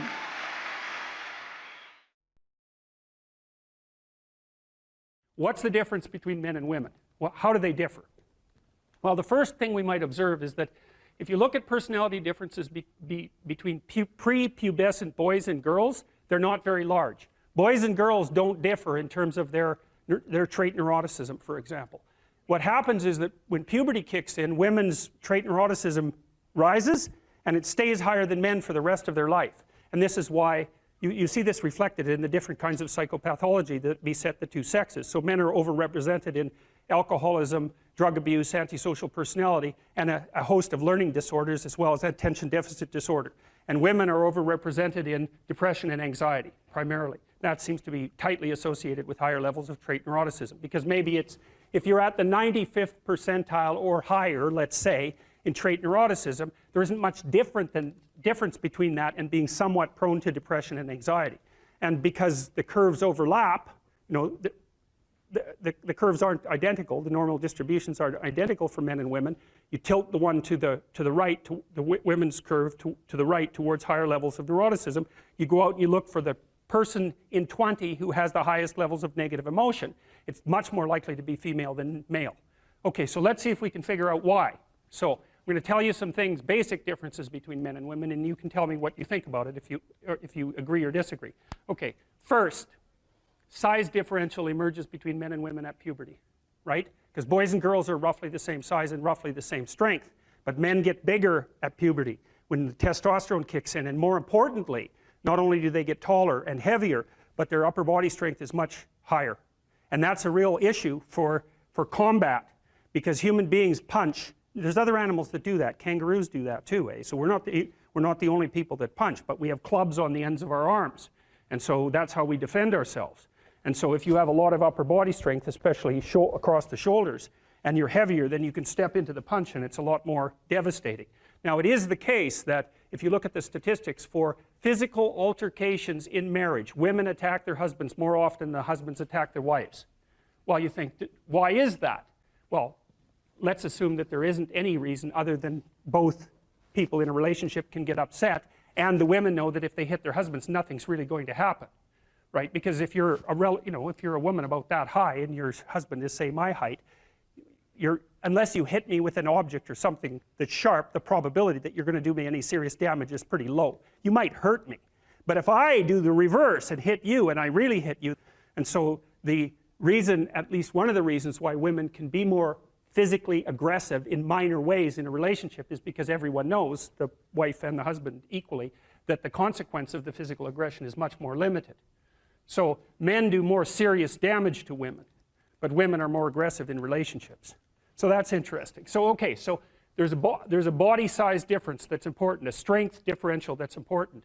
Next thing, I think, so let's assume that the reason that women are higher in sensitivity to negative emotion is because the world is actually more dangerous to women, right? Because that would be the most logical reason why there would be a sex difference in something like fear or sensitivity to punishment. Well, first there's the danger of physical altercation. Second, there's the sexual danger. So women become sexually vulnerable at puberty. And why do I say vulnerable? Well, it's straightforward. It's because the cost of sex for women is way higher than it is for men. And it certainly has been throughout our evolutionary history. Because if a man has an unwanted sexual encounter, well, then he walks away and maybe he's persecuted by the state or prosecuted by the state for it.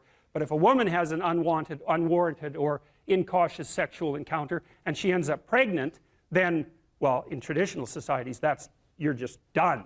And even in modern societies that are rich like ours, I don't have to go into that. It's big trouble. No matter what you do about it, it's big trouble. So being more nervous about that makes perfect sense. But then here's the last thing. And I think that women's nervous systems are not adapted to women. I think women's nervous systems are adapted to the mother-infant dyad. And because you are not the same creature when you have an infant. Not at all. You're way more vulnerable. And it's partly because you have to express the vulnerability of the infant and you also have to care for it, right? So you think about an infant, especially under 9 months. So let's say, how are you going to be wired up if you're going to optimally care for an infant under 9 months? And I'm saying under 9 months because women generally do the bulk of childcare for infants who are under 9 months old. And part of the reason for that, there's a whole host of reasons, but part of the reasons for that, obviously, is that they breastfeed. But imagine what you need to be wired up biologically in order to care for an infant. First of all, they're very demanding, right? Because they're completely helpless. And they're demanding 24 hours a day. And it's quite it's quite a emotional load. And an infant under 9 months is never wrong, right? What you do to an infant under 9 months is when they're in distress, you always respond. You never tell the infant, get your act together and stop whining, right? Which you can do, say, to a child that's 18 months old. You can start having that sort of conversation. But under 9 months, it's like nothing is the infant's fault. It's surrounded in an extraordinarily threatening world, and you have to be responsive to what it needs, regardless of what you want, and you have to be very sensitive to the threats that emerge in the environment. And so I think the price that women pay for that ability to have an intimate relationship with infants in the very earliest stages of development is that their nervous systems are actually wired so that they can perform that role optimally. And the disadvantage to that is that having a temperament like that doesn't work that well when you're dealing with adult men, especially when you're dealing with them in a business environment, because it's not the same thing. Not at all. It's a competitive environment. So, okay, so agreeable people are compassionate and polite. What are disagreeable people like? They're tough-minded, they're blunt, they're competitive, and they won't do a damn thing they don't want to do. So it isn't exactly that they're aggressive, although they will push you the hell out of their way if you're in the way. They're not like volatile like you are if you're high in neuroticism. It isn't defensive aggression. It's more like predatory aggression. It's dominance behavior. And so for someone who's highly disagreeable, they look at the world as a place in which they can compete and win. And I'll tell you a story. I have a friend. I gave him my personality test, the Big 5 aspect scale that Colin DeYoung developed in my lab.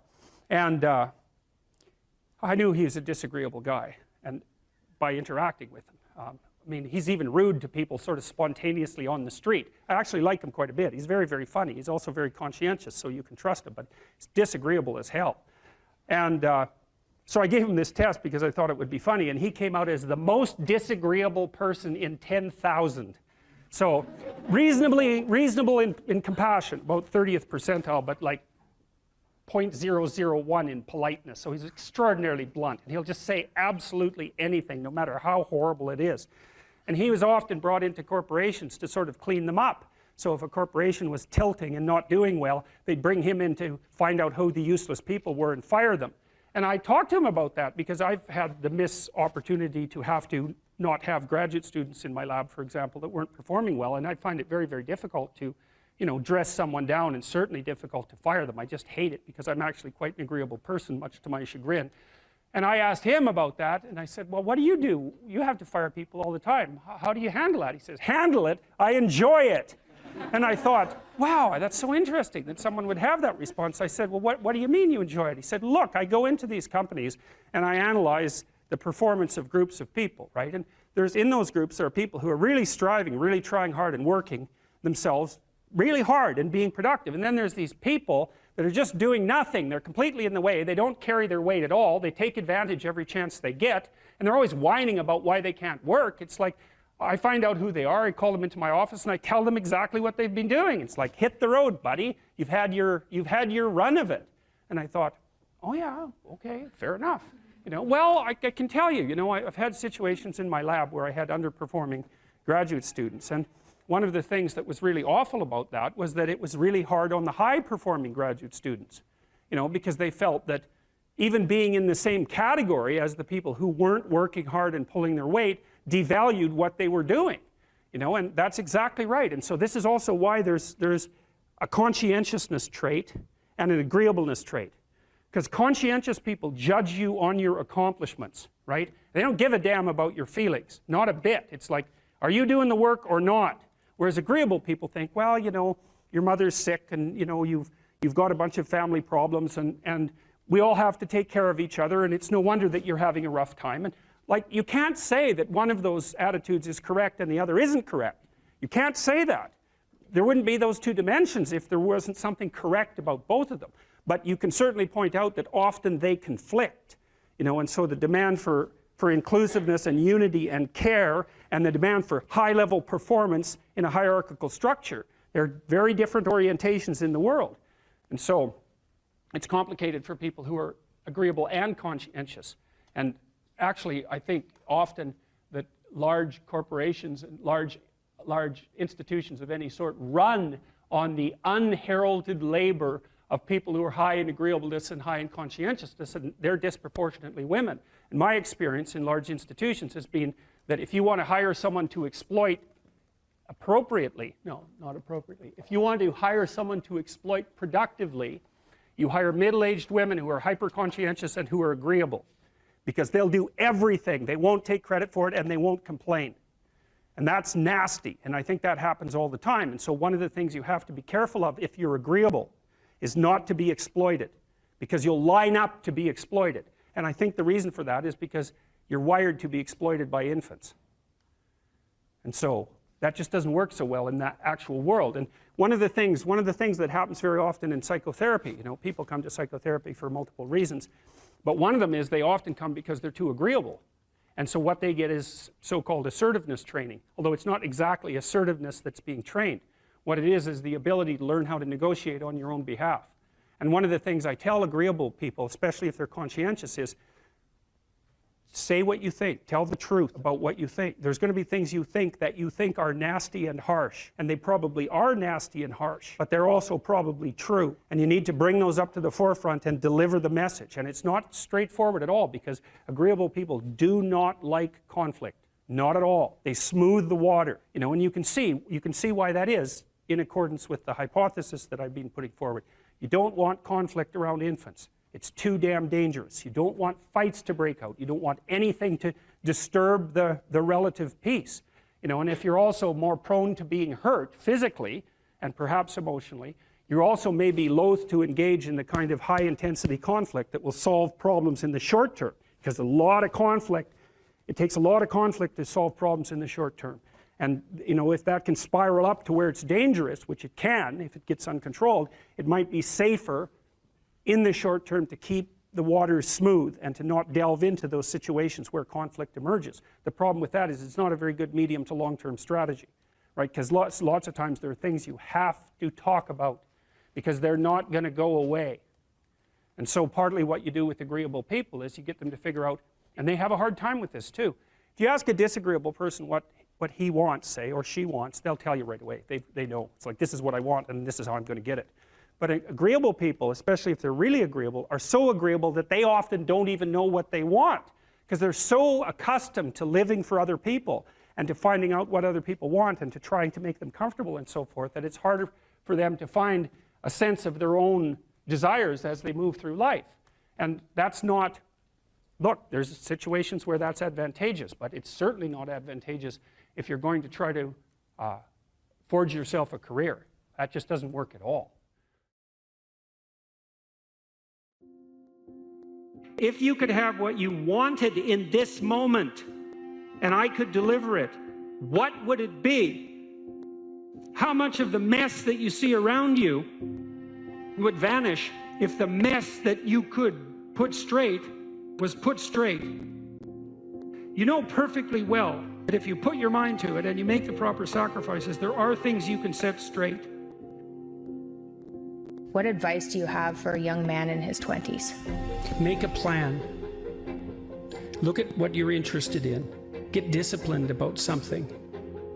Allow for the possibility that you have something important to contribute to the world, and that the world would be a lesser place without that contribution. Don't be afraid of taking on responsibility. It's where you find what sustains you in your life. You can take on too much responsibility. You have to be cautious in that regard, but that's a less common problem than not taking on enough. A lot of the things that people regard as traps are actually the means to their life. You have to understand that you're not your own servant, so to speak. You're someone that you have to negotiate with, and you're someone that you want to present the opportunity of having a good life to. And that's hard for people because they don't like themselves very much. You have to believe that your action has some redemptive possibility, because why would you do it otherwise? And you might say, well, I kind of believe that. It's like, well, that's not good enough. You know, you kind of got to throw yourself all into it. And what's the cost anyways? It's not like you're going to get out of this alive. So you're pretty much all in, whether you want to be or not. And maybe if you were voluntarily all in, things would be a lot better than they are.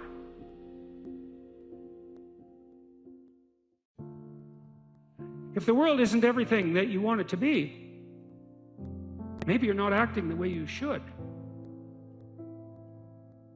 One of the things people do to buttress themselves against failure is to never let themselves really gain clarity about what they need and want. Let's say you try something, but you only do it half-heartedly. And then you fail, and you think, well, I didn't really fail because, you know, I held a bunch back in reserve, and so I didn't get what I wanted, but maybe had I been all in, I would have. And so you don't have to upbraid yourself too much for the failure. Now, it's a catastrophic way to live, to sit on the fence and to not commit, because instead of risking the possibility of failure, you engage in what's essentially the absolute certainty of failure. Because if you want something worthwhile and difficult, which you probably do if you want to have an adventure and go somewhere, then what's the chance you're going to get it if you're halfway in? You can't be halfway in, but that sort of protects you against failure, because you can tell yourself, well, if I tried, I could have done it. It's like, you know, you tell yourself that 200 times and your life's over. Better have a valued goal, because otherwise you can't get any positive motivation working out. And so the more valuable the goal, in principle, the more the micro processes associated with that goal start to take on a positive charge. And so what that means is, well, you get up in the morning and you're excited about the day, you're ready to go. And so as far as I can tell, what you do is you specify your long-term ideal, you specify your goal.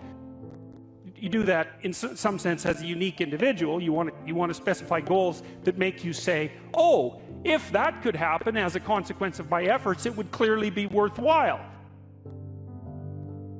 Would it really be so terrible if my life wasn't miserable? Would it be so terrible if I got what I wanted and needed, especially if I was doing that in the best possible way? Well, there isn't anything better to have than a problem that's worth solving. Like, that's really worth solving, right? And so the more of that you take on, the more you have a reason to get out of bed in the morning, no matter what. Like, I'm getting up, I'm trudging forward. Doesn't matter what I'm suffering from. I've got things that need to be done. They're necessary. And that gives you that sense of purpose that is the antidote to bitterness. So, yeah, there's lots of reasons to, you know, because I've thought for a long time, imagine you have a choice in front of you, because you do. So here's the choice. Your life is either meaningful or meaningless. Okay, so let's go through the meaningless part first. Because you think, well, of course I don't want it to be meaningless. It's like, yeah, just hold on a second. Nothing you do matters. And so impulsive pleasure is the order of the day. No responsibility.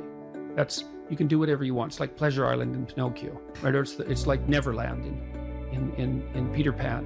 You're still a kid. You can play all the time. Yeah. Impulsive pleasure and no responsibility. That's the reward for meaninglessness. Well, but then the other side is, okay, well, let's say you want your life to be meaningful. It's like, okay, then what you do matters. It actually matters, right?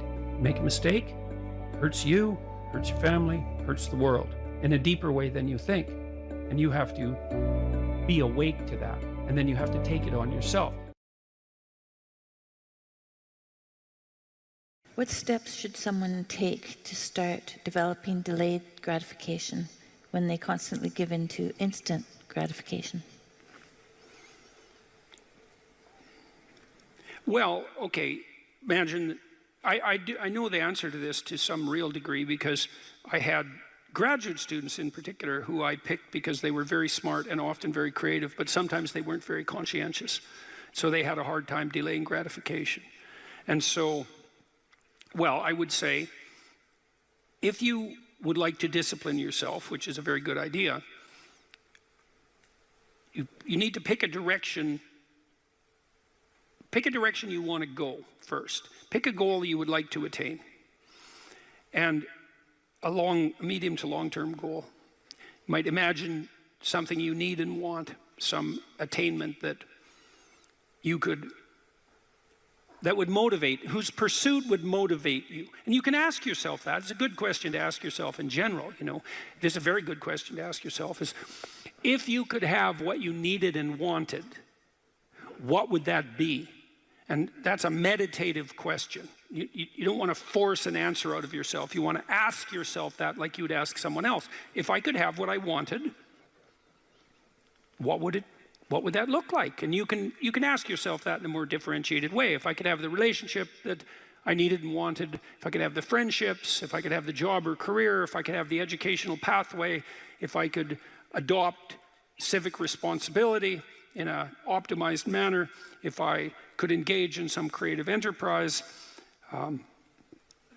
if I took care of myself properly, if I regulated my susceptibility to temptations, what would that look like if it was optimized? And then that sets you up a goal that has some motivational force. This is worth doing. And then you might find, well, you don't do it anyways. And then I would say, well, that's because you're biting off more than you can chew. The next goal is to take your goal and to fragment it into micro goals until you find a micro goal that's small enough that it still presents some challenge that you will do. And so I've become, one of the things I'm known for, I suppose, is my advice to people to clean up their rooms. And the people who think I'm their enemy laugh about that rule because of its simplicity, let's say. But the only reason they think it's simple is because they've never tried it. It's actually extremely difficult. And it was very frequently the case that, well, it's very difficult to put your room, your office, your bedroom in order. I mean, you think about your bedroom, hypothetically, let's say you're married, you share that room with someone else. Is your bedroom in order? Really? And I don't just mean, is it neat? Maybe it's too neat. Maybe it's too orderly. Maybe it's too sterile. Maybe it's too bare. Maybe that characterizes your whole bloody relationship. Maybe, really? And maybe that is genuinely reflected in the state of your room, because it's very probable that that room is a microcosm of your marriage. It's highly probable. And so what that would mean is to organize that room would require the organization of your marital life, not least because if you want to put that room in order, you're going to have to negotiate with your wife about how that's going to be done. And while you're making that negotiation, even in relationship to the micro details, you're going to encounter almost everything that's wrong with your relationship. And so, you might ask yourself when you walk into your bedroom, I hate this bedroom. It's like, you should really think that through. And then you need to think through what you would need to do so that you love that room, or even more complexly, so that you both loved it, because that's a tough thing to attain, boy, because you're going to have differences in taste, you're going to have differences in orderliness. There's all sorts of things that you're going to have to negotiate in order to make that room you both inhabit jointly desirable. Anyways, you set yourself a goal, ask yourself what goal you want to set, and then break the goal down into steps that are small enough so that even someone as pathetic as you could manage them. And that requires a tremendous humility. I know it was frequently the case, for example, with my clients, that I would do an analysis of their situation in life, and let's say, just for the sake of argument, that someone was 30, living at home, in the bedroom they grew up in high school, in a complete bloody state of disorder, both moral and practical. And one of the relatively simple steps that we might agree upon with regards to moving forward is, the person might think, well, I'm 30, I'm really immature, I haven't taken any responsibility for my life, my mother still makes my bed and cleans up after me. It's like, well, why don't you just start with that? Because you're not going to just fix your life. Why don't you just try to clean up your room like you're a mature 14-year-old instead of a dreadfully dismal 30-year-old. And so, first of all, it's really hard for someone, even if they're desperate, to admit that that's necessary, right? Because it's so bloody humiliating. I mean, really, I'm so damn useless that my basic goal is going to be to clean up my bedroom. It's like, well, looks like it. And actually, it's worse than that, because then you ask the person, you negotiate with the person, they say, well, I'll try to clean up my room. Then they come back the next week and they say, I had one client, this was so funny, he's going to vacuum his rug. That was his goal for the week. He just had a child out of wedlock, and he was afraid that he was going to be a very bad father, which was a very realistic fear. And so he wanted to put himself together, you know, and so that's why he came to see me. And he lived in this squalor, and one thing we decided to do was that he could vacuum the rug, which he hadn't done for like 12 years because his mother would do it. And so it was so funny, it's so unbelievably comical. He went and got the vacuum, a stand-up vacuum, an upright vacuum, and he brought it into his room, but he didn't bring it all the way in. He put it in the doorway, leaning like this across the doorway. And then instead of vacuuming his room, he stepped over that bloody vacuum cleaner for a whole week and then came and told me that he couldn't do it. It's like, it's not surprising to me at all, because you think, well, that's such a trivial thing. It's like, if it was such a trivial thing, he'd have a clean room. It's not trivial at all. That chaos in his immediate environment was deeply emblematic of the chaos of his life. They were the same thing. And so for him to even begin the process of bringing order to chaos, which is a divine process, by the way, and the highest moral requirement, he had to be willing to face the catastrophe, the chaotic catastrophe of his life. And he hadn't done that for like 30 years. Why was he going to start that week? Just because he said he was going to? It's like, good luck. So what you do as a therapist in that situation is you just make the task smaller until you find a task so small, but still moving forward, that the person will do. So I might have said, I don't remember the particulars of the situation, I might have said, well, do you think you can get that vacuum cleaner, do you think you could move it out of the doorway into your room? That's all you have to do this week. Do you think you can do that? And I'd say that and offer that without being contemptuous. Like, you have to be very careful about such things. And I know that this is more complicated than it looks. And I also know that the first step taken towards the domination of chaos and its transformation into order is a cardinal and difficult step. And so you can make it small, and that's fine, it'll still work. So I might say, well, just move the vacuum cleaner inside your room. And then I would also say to someone in that situation, don't do more than that. If the agreement that you've made with me and with yourself is that that's enough, abide by the contract that you've written with yourself, and allow yourself to be grateful for the fact that you had the courage to take even a single step forward. And don't push your bloody luck, because maybe you'll have a brief fit and vacuum the whole rug, and then you'll be so annoyed at how you've destabilized your entire life that you'll redouble your attempts to make a mess, and the place will be more like hell than ever for 2 months. It's very probable that that sort of thing will occur if you break the contract you've set with yourself. The upside of this is, because you think, oh my God, that's so dismal, I have to start that low. It's like, yeah, probably, especially if it's a real difficult thing you're trying to sort out. You have to start as low as you are useless, and that's low. So, but the upside is that progress accelerates, it's not linear, and so if you take once you take the first step, the probability that you'll take a slightly larger second step increases, and that increases non-linearly. And so once you get the ball rolling, so to speak, once you start pushing the rock uphill, you can do it faster and faster. And so even if you have to start in a very humiliating manner, that doesn't mean that's where you'll end. One of the things that Tammy and I learned to do, and this was a consequence of me being trained as a behavior therapist, is, you know, we'll just take an example that maybe I was trying to learn how to compliment her when she dressed nicely.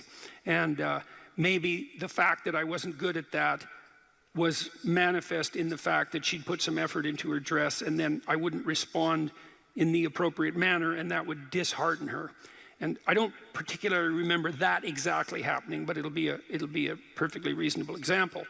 And so then she would be displeased. And then the question would be, well, is she displeased because I'm too stupid to offer a proper compliment? Or is she displeased because she's so needy and lacking confidence that she needs a compliment that would go beyond the ordinary? And the answer is, what the hell do we know? Could be one or the other or both. And so what's a possible solution to that? And one possible solution would be, okay, if you do put some effort into your appearance, or I do, we could reverse the situation, but if you put some effort into your appearance and you would like to hear from me exactly the words that would give you, that would reward you for doing that and provide you with the confidence to attempt it again in the future, what would those words be? You look good without a beard, dear. Thank you. You're welcome. Yeah. Very funny. Very funny. And so, and then you can say, well, if you tell me those words, I will repeat them back to you. And then the person who needs the words might object, well, that's false, it's superficial, it's artificial, it's not spontaneous. And if you really loved me, I wouldn't have to tell you what to say. It's like, well, all of that's wrong. It's like, just because I love you doesn't mean I'm not stupid. And so, in fact, I love you might even be evidence that I am, in fact, stupid. So like, help me out here. I don't know what you want, and maybe you could just tell me, and then I'll tell you what you want, and I'll do it stupidly and badly. But I'll be slightly better at it the next time, and maybe if you let me practice 50 times stupidly and badly, I'll get reasonably good at it, and then that's something that we'll be both good at for the rest of our lives. And that's something worth knowing. You know, if you imagine you're upset with your partner because they haven't delivered something to you, whatever it is that you want, and then there's two questions that arises, right? Are you just like immature and greedy and self-centered, or are they useless and incapable of delivering? And neither of you know, and you have to sort that out. And then you also, as the injured party, let's say, might regard it as a moral necessity on your part to indicate to your partner exactly what you want, is to tell them.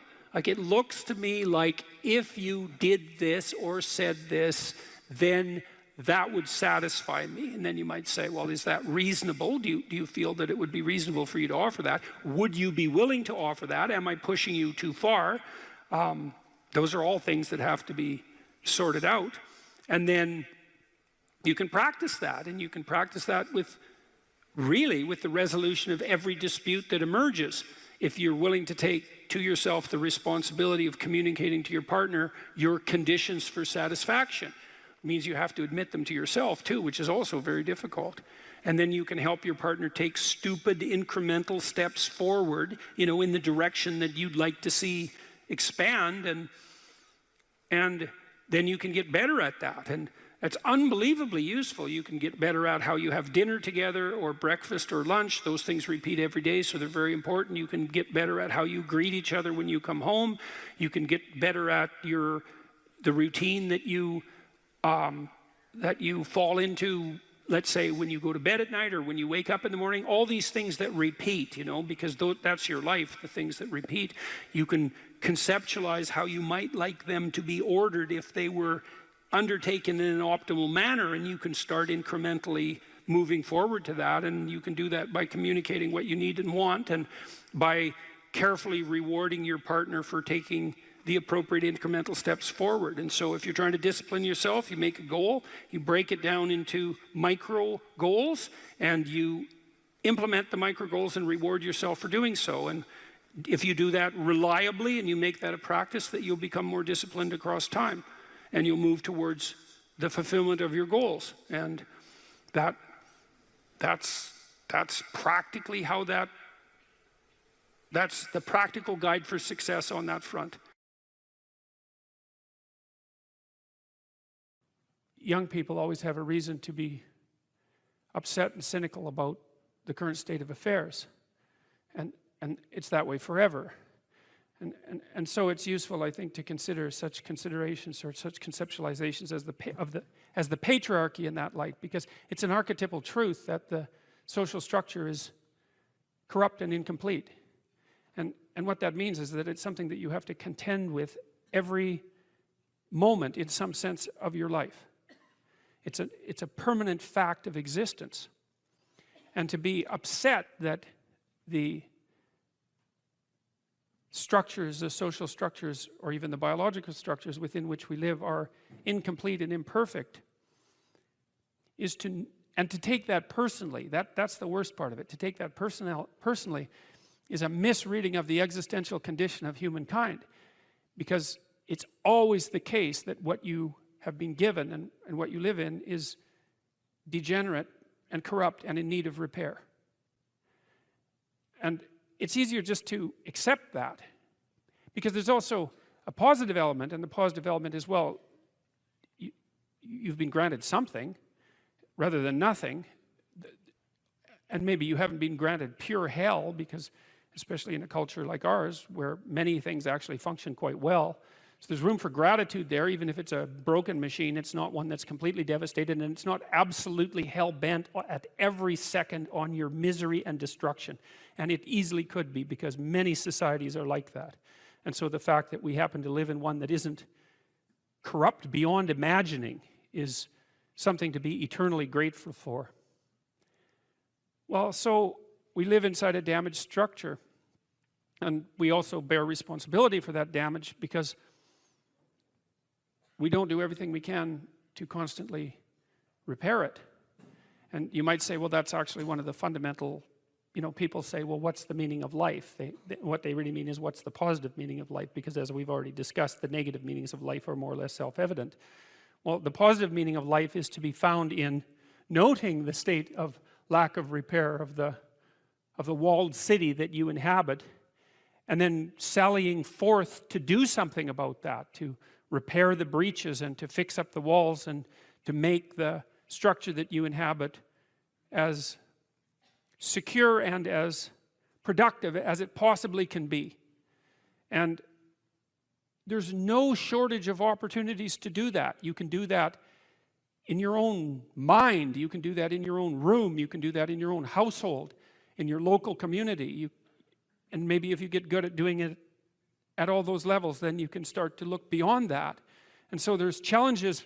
That's the thing that's kind of interesting about this insufficient structure, is that it has a set of challenges built into it because of its insufficiency, and perhaps even because of its corrupt nature, that calls forth the potential response from you of heroic adventure. And the heroic adventure is to man the barricades and repair the city. And you can always do that. It doesn't matter what your personal circumstances are. There's always something that isn't right near you, isn't correct, isn't laid out properly, that you could just fix if you wanted to. And one of the things that we're going to talk about tonight is the idea that if you adopt an attitude that's like that, that the role that you should play is to make things better wherever you are, however you can, that what would actually happen would be that things would get better wherever you are in all sorts of ways, and that we've really, as a species, you might say, or maybe even as singular individuals, we've explored that rarely.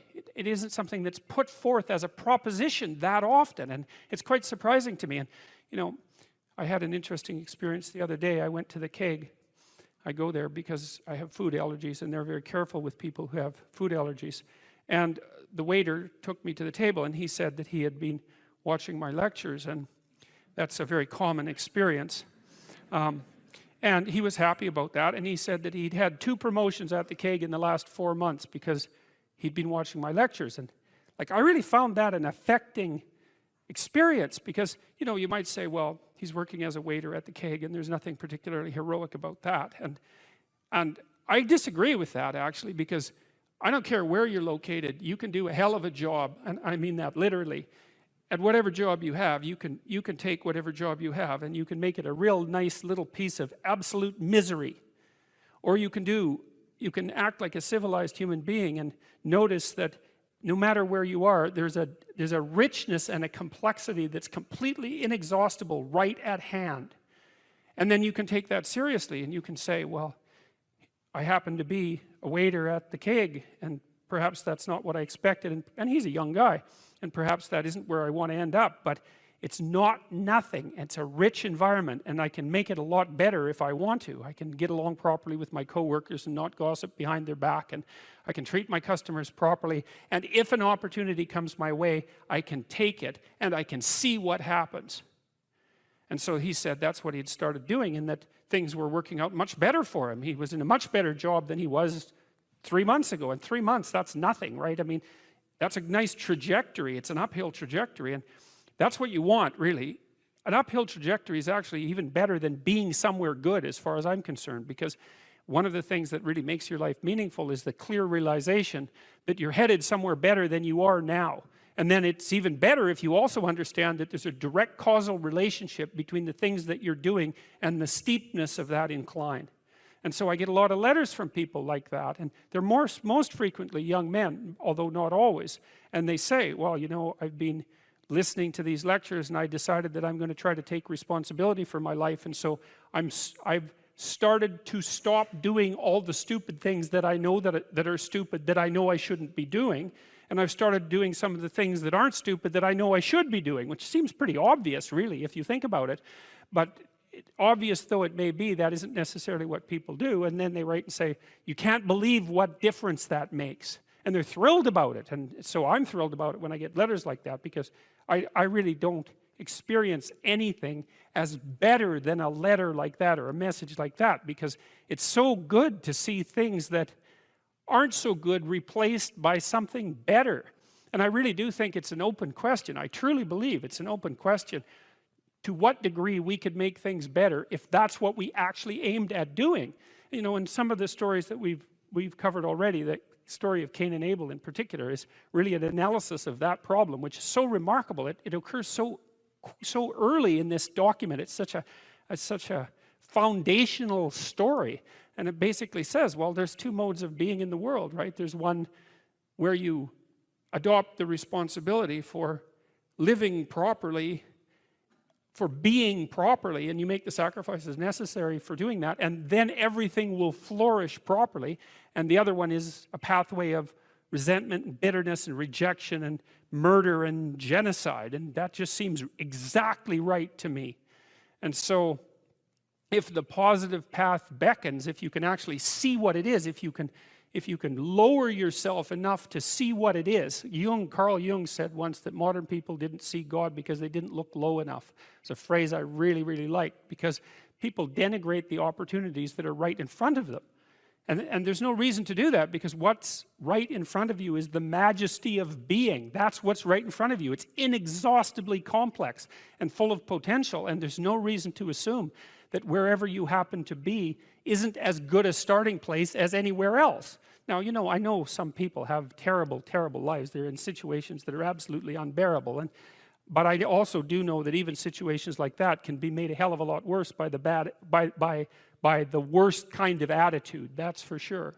So anyway, so that's where you are. You're in a damaged structure. You're a damaged structure. You're in a damaged structure. But, you know, at least it's got some walls. You know, you're not being fed to the lions on a regular basis, so that's a good thing. And you can emerge forward, you know, heroically, magically, to confront the chaos that constantly threatens the structure within which you live. And you can free something as a consequence of that. You can learn something. You can strengthen yourself. That's the other thing, because what you're actually made of, in many ways, that what informs you, what you're made of, is what you encounter when you voluntarily encounter the unknown. And so the more you voluntarily encounter the unknown, the more you get made of. And the more you get made of, the more there is to you. And then the more you're good at encountering the unknown and restructuring order and calling forth proper order out of the potential of being. And God, you got to think, why wouldn't you do that, since you can do that? And it's an endless mystery. You know, I think part of it is that people, well, it's also encapsulated to some degree in the story of Adam and Eve, because what happens to Adam is when he becomes self-conscious, right?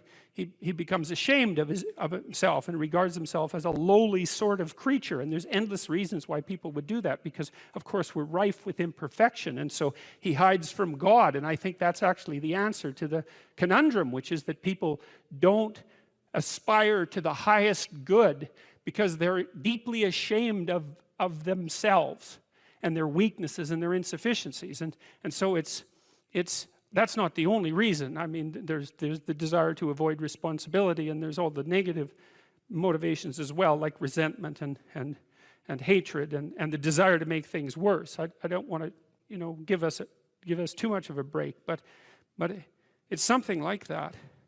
But it's okay to not be in a very good place if what you're trying to do with that not very good place is make it better. And one of the things I really have learned as a clinical psychologist is that you just cannot believe how powerful incremental progress is. You can do the calculations like, it's like compound interest, you know.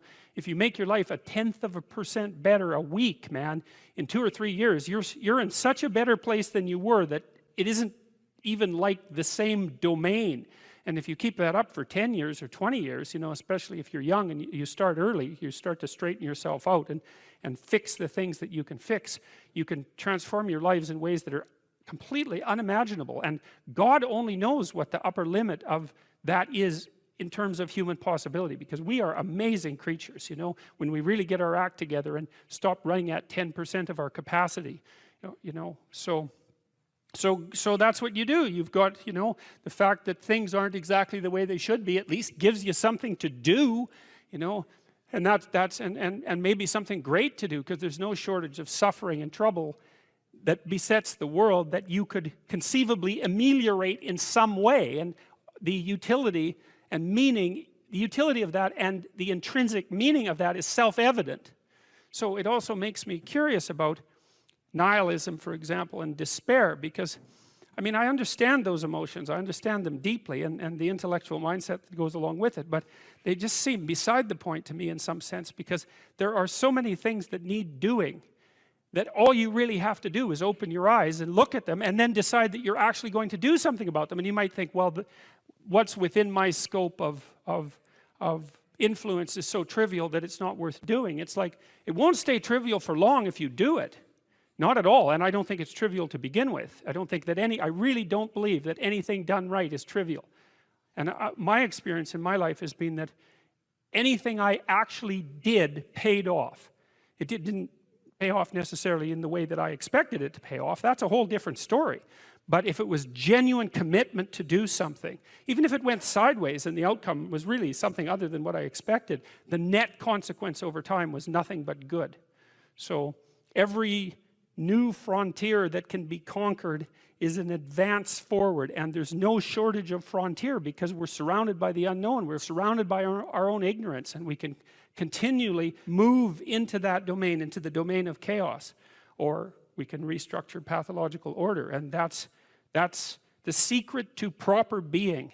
And so then you encounter chaos that way, you know, and then you can regard yourself as the sort of entity that, despite its insufficiency, has the capability to conquer chaos, despite the danger of that. That's the other thing, because the fact that you're fragile is actually a precondition for your heroism, because if you weren't fragile, then there'd be nothing heroic about doing something difficult, right? Because if you couldn't be hurt or damaged or defeated or end up in failure, then where's the moral courage in the endeavor?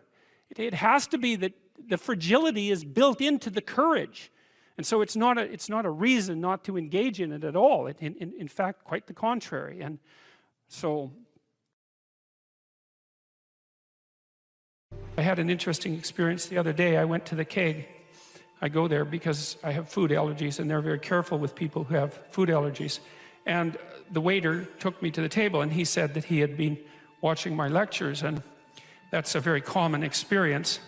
And he was happy about that, and he said that he'd had 2 promotions at the keg in the last 4 months because he'd been watching my lectures. And I really found that an affecting experience, because, you know, you might say, well, he's working as a waiter at the keg and there's nothing particularly heroic about that. And I disagree with that, actually, because I don't care where you're located, you can do a hell of a job, and I mean that literally. You can take whatever job you have and you can make it a real nice little piece of absolute misery.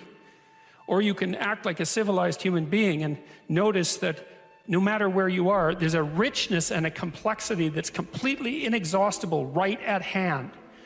And then you can take that seriously and you can say, well, I happen to be a waiter at the keg, and he's a young guy, and perhaps that isn't where I want to end up, but it's not nothing. It's a rich environment, and I can make it a lot better if I want to. I can get along properly with my coworkers and not gossip behind their back, and I can treat my customers properly. And if an opportunity comes my way, I can take it and I can see what happens. And so he said that's what he'd started doing, and that things were working out much better for him. He was in a much better job than he was 3 months ago. And 3 months, that's nothing, right? I mean, that's a nice trajectory. It's an uphill trajectory, and that's what you want, really. An uphill trajectory is actually even better than being somewhere good, as far as I'm concerned, because one of the things that really makes your life meaningful is the clear realization that you're headed somewhere better than you are now. And then it's even better if you also understand that there's a direct causal relationship between the things that you're doing and the steepness of that incline. And so I get a lot of letters from people like that, and they say, well, you know, I've been listening to these lectures and I decided that I'm going to try to take responsibility for my life, and so I've started to stop doing all the stupid things that I know that are stupid, that I know I shouldn't be doing, and I've started doing some of the things that aren't stupid that I know I should be doing, which seems pretty obvious, really, if you think about it. But obvious though it may be, that isn't necessarily what people do. And then they write and say, you can't believe what difference that makes. And they're thrilled about it. And so I'm thrilled about it when I get letters like that, because I really don't experience anything as better than a letter like that or a message like that, because it's so good to see things that aren't so good replaced by something better.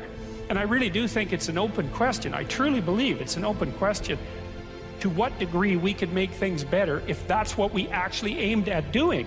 Well, there's two modes of being in the world, right? There's one where you adopt the responsibility for living properly, for being properly, and you make the sacrifices necessary for doing that, and then everything will flourish properly. And the other one is a pathway of resentment and bitterness and rejection and murder and genocide, and that just seems exactly right to me. And so if the positive path beckons, if you can actually see what it is, if you can lower yourself enough to see what it is.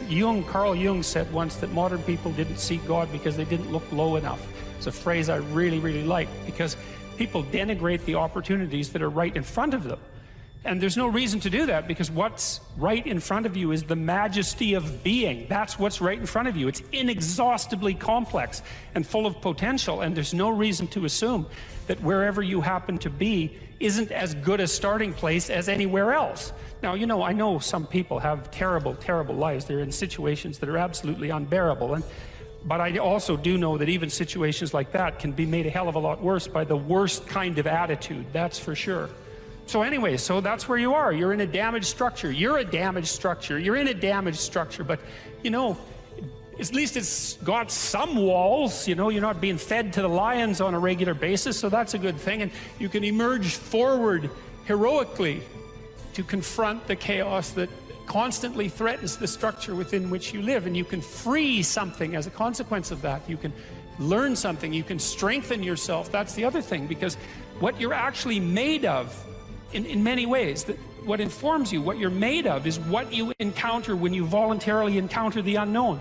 And so the more you voluntarily encounter the unknown, the more you get made of, and the more you get made of, the more there is to you, and then the more you're good at encountering the unknown and restructuring order and calling forth proper order out of the potential of being. And God, you got to think, why wouldn't you do that, since you can do that? And it's an endless mystery. You know, I think part of it is that people don't aspire to the highest good because they're deeply ashamed of themselves and their weaknesses and their insufficiencies. And that's not the only reason. I mean, there's the desire to avoid responsibility, and there's all the negative motivations as well, like resentment and hatred, and the desire to make things worse. I don't want to, you know, give us too much of a break, but it's something like that.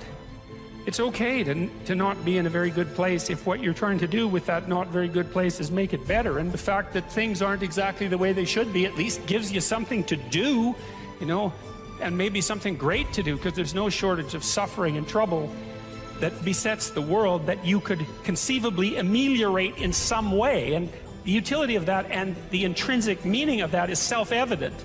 So it also makes me curious about nihilism, for example, and despair, because I mean, I understand those emotions, I understand them deeply, and the intellectual mindset goes along with it, but they just seem beside the point to me in some sense, because there are so many things that need doing that all you really have to do is open your eyes and look at them and then decide that you're actually going to do something about them. And you might think, well, what's within my scope of influence is so trivial that it's not worth doing. It's like, it won't stay trivial for long if you do it. Not at all, and I don't think it's trivial to begin with. I really don't believe that anything done right is trivial. My experience in my life has been that anything I actually did paid off. It didn't pay off necessarily in the way that I expected it to pay off. That's a whole different story. But if it was genuine commitment to do something, even if it went sideways and the outcome was really something other than what I expected, the net consequence over time was nothing but good. So every new frontier that can be conquered is an advance forward, and there's no shortage of frontier because we're surrounded by the unknown. We're surrounded by our own ignorance, and we can continually move into that domain, into the domain of chaos, or we can restructure pathological order, and that's the secret to proper being. And so then you encounter chaos that way, you know, and then you can regard yourself as the sort of entity that, despite its insufficiency, has the capability to conquer chaos, despite the danger of that. That's the other thing, because the fact that you're fragile is actually a precondition for your heroism, because if you weren't fragile, then there'd be nothing heroic about doing something difficult, right? Because if you couldn't be hurt or damaged or defeated or end up in failure, then where's the moral courage in the endeavor?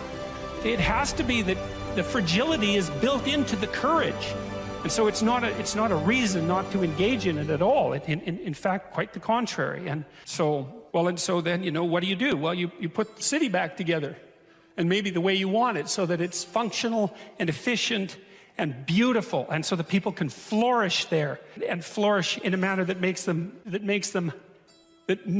feel that the unbearable catastrophe of being is worth it for the experience. That's what you're aiming at.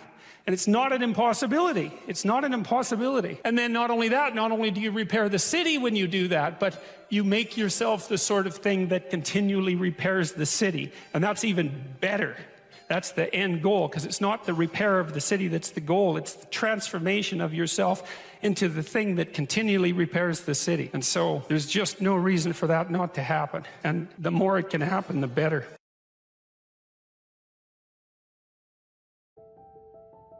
What emotion do you feel when you're going to approach someone you're very attracted to, and there's an extremely high probability that she's going to tell you to disappear? Right, exactly, absolutely, because it's a real judgment, right?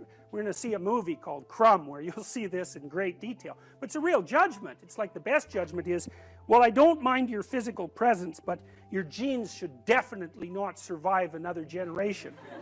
Right, and that's sort of generally translated into, I think we should just be friends. Right, you know, and you can blow that off, and people do, and you have to, because it's part of being polite and civilized, but, you know, let's make no mistake about it. There is no more fundamental judgment than that. So, paralysis, and there's no shortage of men, I mean, who are absolutely terrified of women. I mean, I've had many of them in my practice, you know. I had one guy, he was so terrified of women he couldn't even talk to them on the phone. It's more common than you think. So, but it's generally manifested by men who no one cares about, so it's generally irrelevant. So, well, it's the case. It really is the case. I'm not kidding. They're low status men. You know, they're people that are generally regarded as losers, and there isn't anybody who really gives a damn about what happens to them one way or another. And there's a lot more men in that category than there are women. Women are in all sorts of, you know, social categories that cause them misery and distress, but that one seems to be predominantly male. One of the things I'm going to do when we talk about Freud is I'm going to show you this movie Crumb, which I just told you about, and it's a very rare thing, because it shows you the world from the perspective of very intelligent male losers, and that's just not a perspective you ever see, because it's the winners that tell the stories about their life. It's like, who the hell cares about the life of a loser? But this movie is about a loser who became a winner, and, you know, almost as an act of revenge. And it's great. It's great examination of the Oedipal complex. Remarkable. Women select men. That makes them nature, because nature is what selects. And so, you know, you can think, well, it's only symbolic that women are nature. It is, not in some sense, is the gatekeeper to reproductive success. And you can't get more like nature than that. In fact, it's the very definition of nature. So, as I said, there are lots of reasons why these symbolic representations are set up the way they are. Alright, so that's the great mother, nature. The queen, the matrix. The matrix is something from which all things form. Same root word as matter, mother, all the same root word. The matriarch, the container, the cornucopia, the object to be fertilized, the source of all things, the fecund, the pregnant. There are more parts of the associational network. The strange, the emotional, the foreigner, the place of return and rest. The deep, the valley, the cleft, the cave, hell, death, and the grave. The moon, ruler of the night and the mysterious dark, and matter and the earth. So those aren't necessarily associated with femininity, but they're typically associated with femininity from a symbolic perspective. You know, so like generally, like a witch in a movie doesn't come riding out of the full bright sun at noon, right? That just doesn't happen because it doesn't make sense. It's a dark thing. And so if you saw that occurring in the light in a movie, you'd think, you know, what the hell's going on here? That doesn't make sense. And the reason it doesn't make sense is because it violates the complex, the symbolic complex. So those are female denizens of the underworld and hell. Very pleasant creatures. It's like Medusa with the head of snakes, you know. And if you ask, you know, why would a woman have a head of snakes in reference to a man? And that's really simple. I bet there are men here who know the answer to that. I don't know what you guys think about this, but I was pretty happy when I thought this up, and it took me a long time.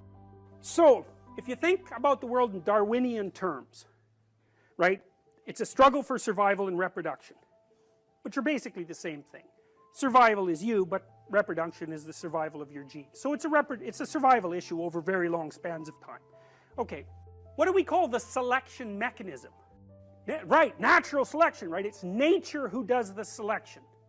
Okay, so let me tell you something that makes female humans different than female chimps. I mean, there's lots of things that do, but but here's an important one. If you look at which male in a chimp troop fathers most of the offspring, it's the dominant male.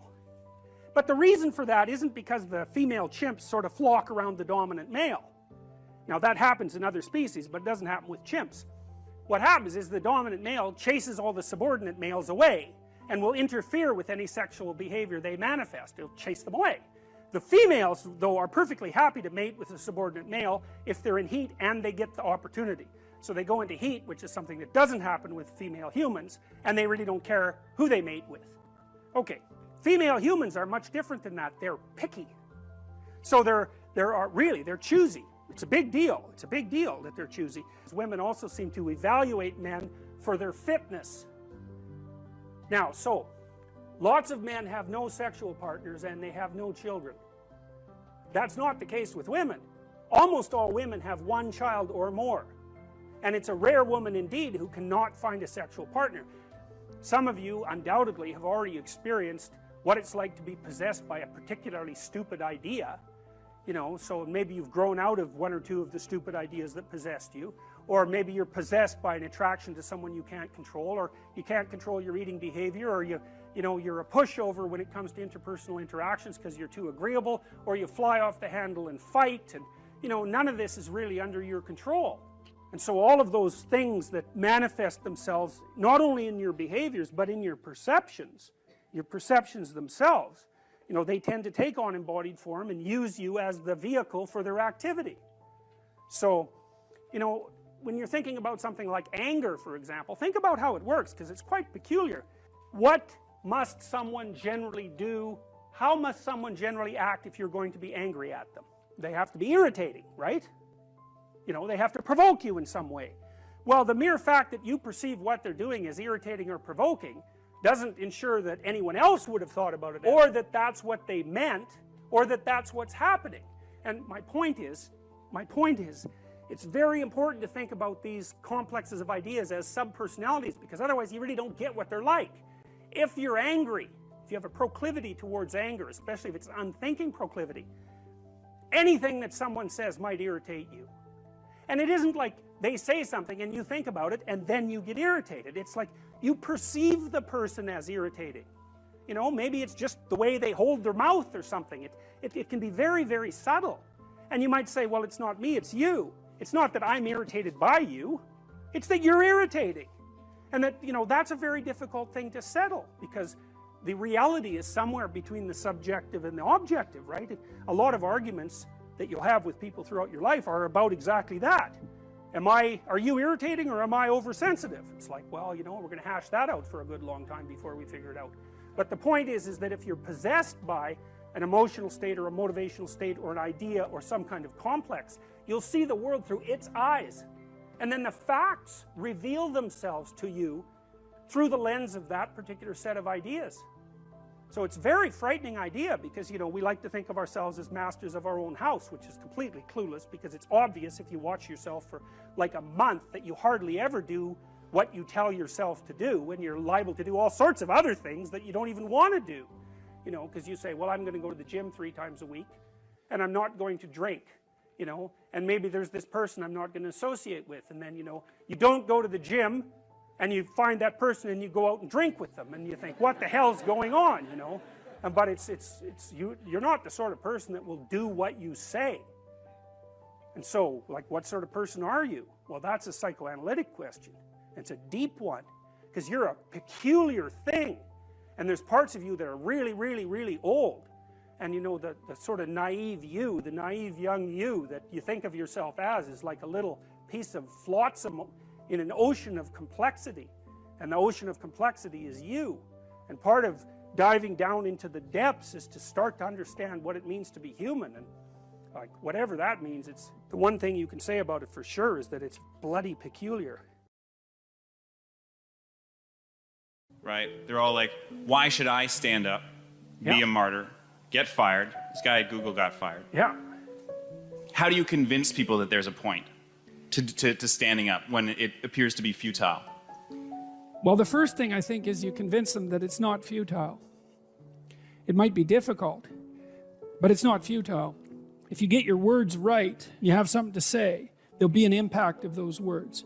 It might not be the impact that you would choose. But the other thing you got to tell people is, pick your poison. You may be in a situation where you don't have a cakewalk to the Garden of Paradise. You got tyranny or famine. Those are your choices. But you get to pick which one you have. And I would say if you're being oppressed, and I mean in your soul, by what you're required to swallow at work, well, you think you're not paying a price for that? You got no self-respect, and rightly so. But worse than that, you're an agent of your own destruction. You're destroying your own ideal, and you're letting people who are weak and corrupt win. And if you stood up and stood up properly, but you have to put yourself in order to do this, at least to some degree, right? You can't do it casually.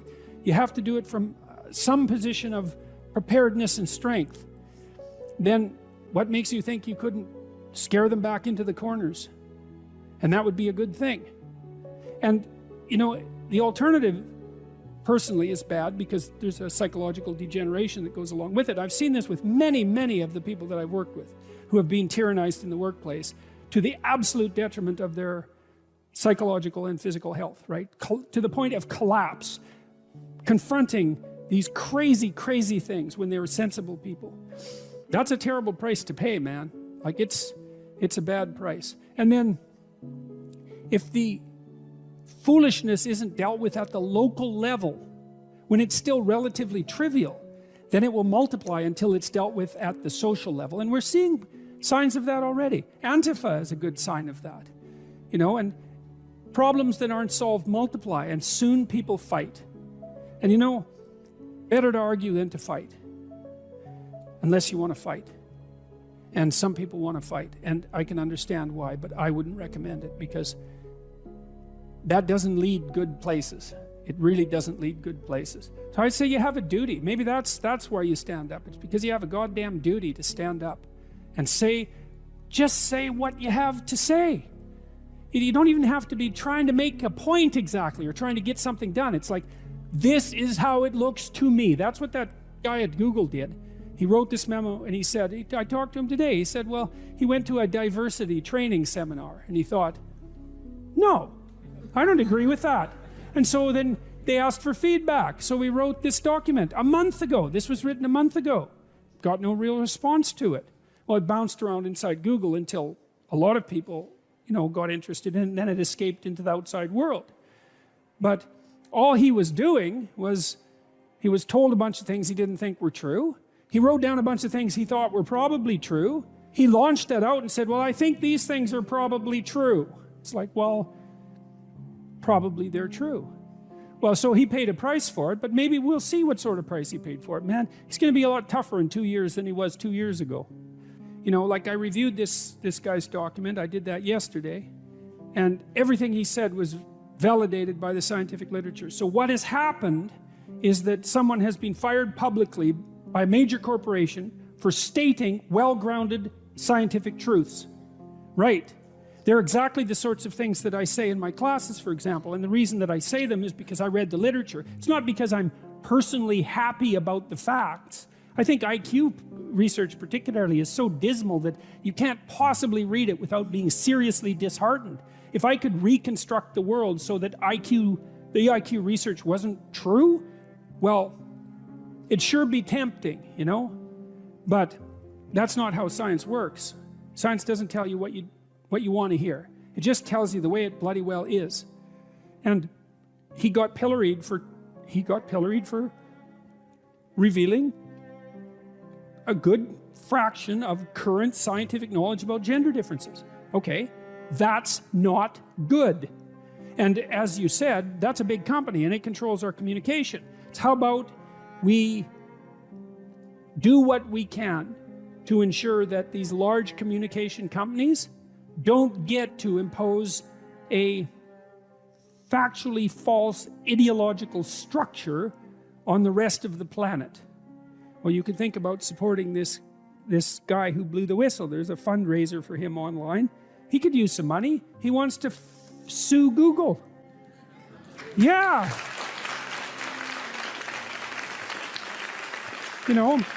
Maybe we could let them know that hiring a human resources director who's also concerned with equity is probably not a good idea for a capitalist company. Why in the world would you hire your own enemies? I don't understand that. So, well, we'll see how the dialogue continues. But back to the personal, you need to say what you think because that's where you come from, right? And if you don't say what you think, then you kill your unborn self. That's what you do. That's what Cain did when he killed Abel. And that's why his punishment was unbearable.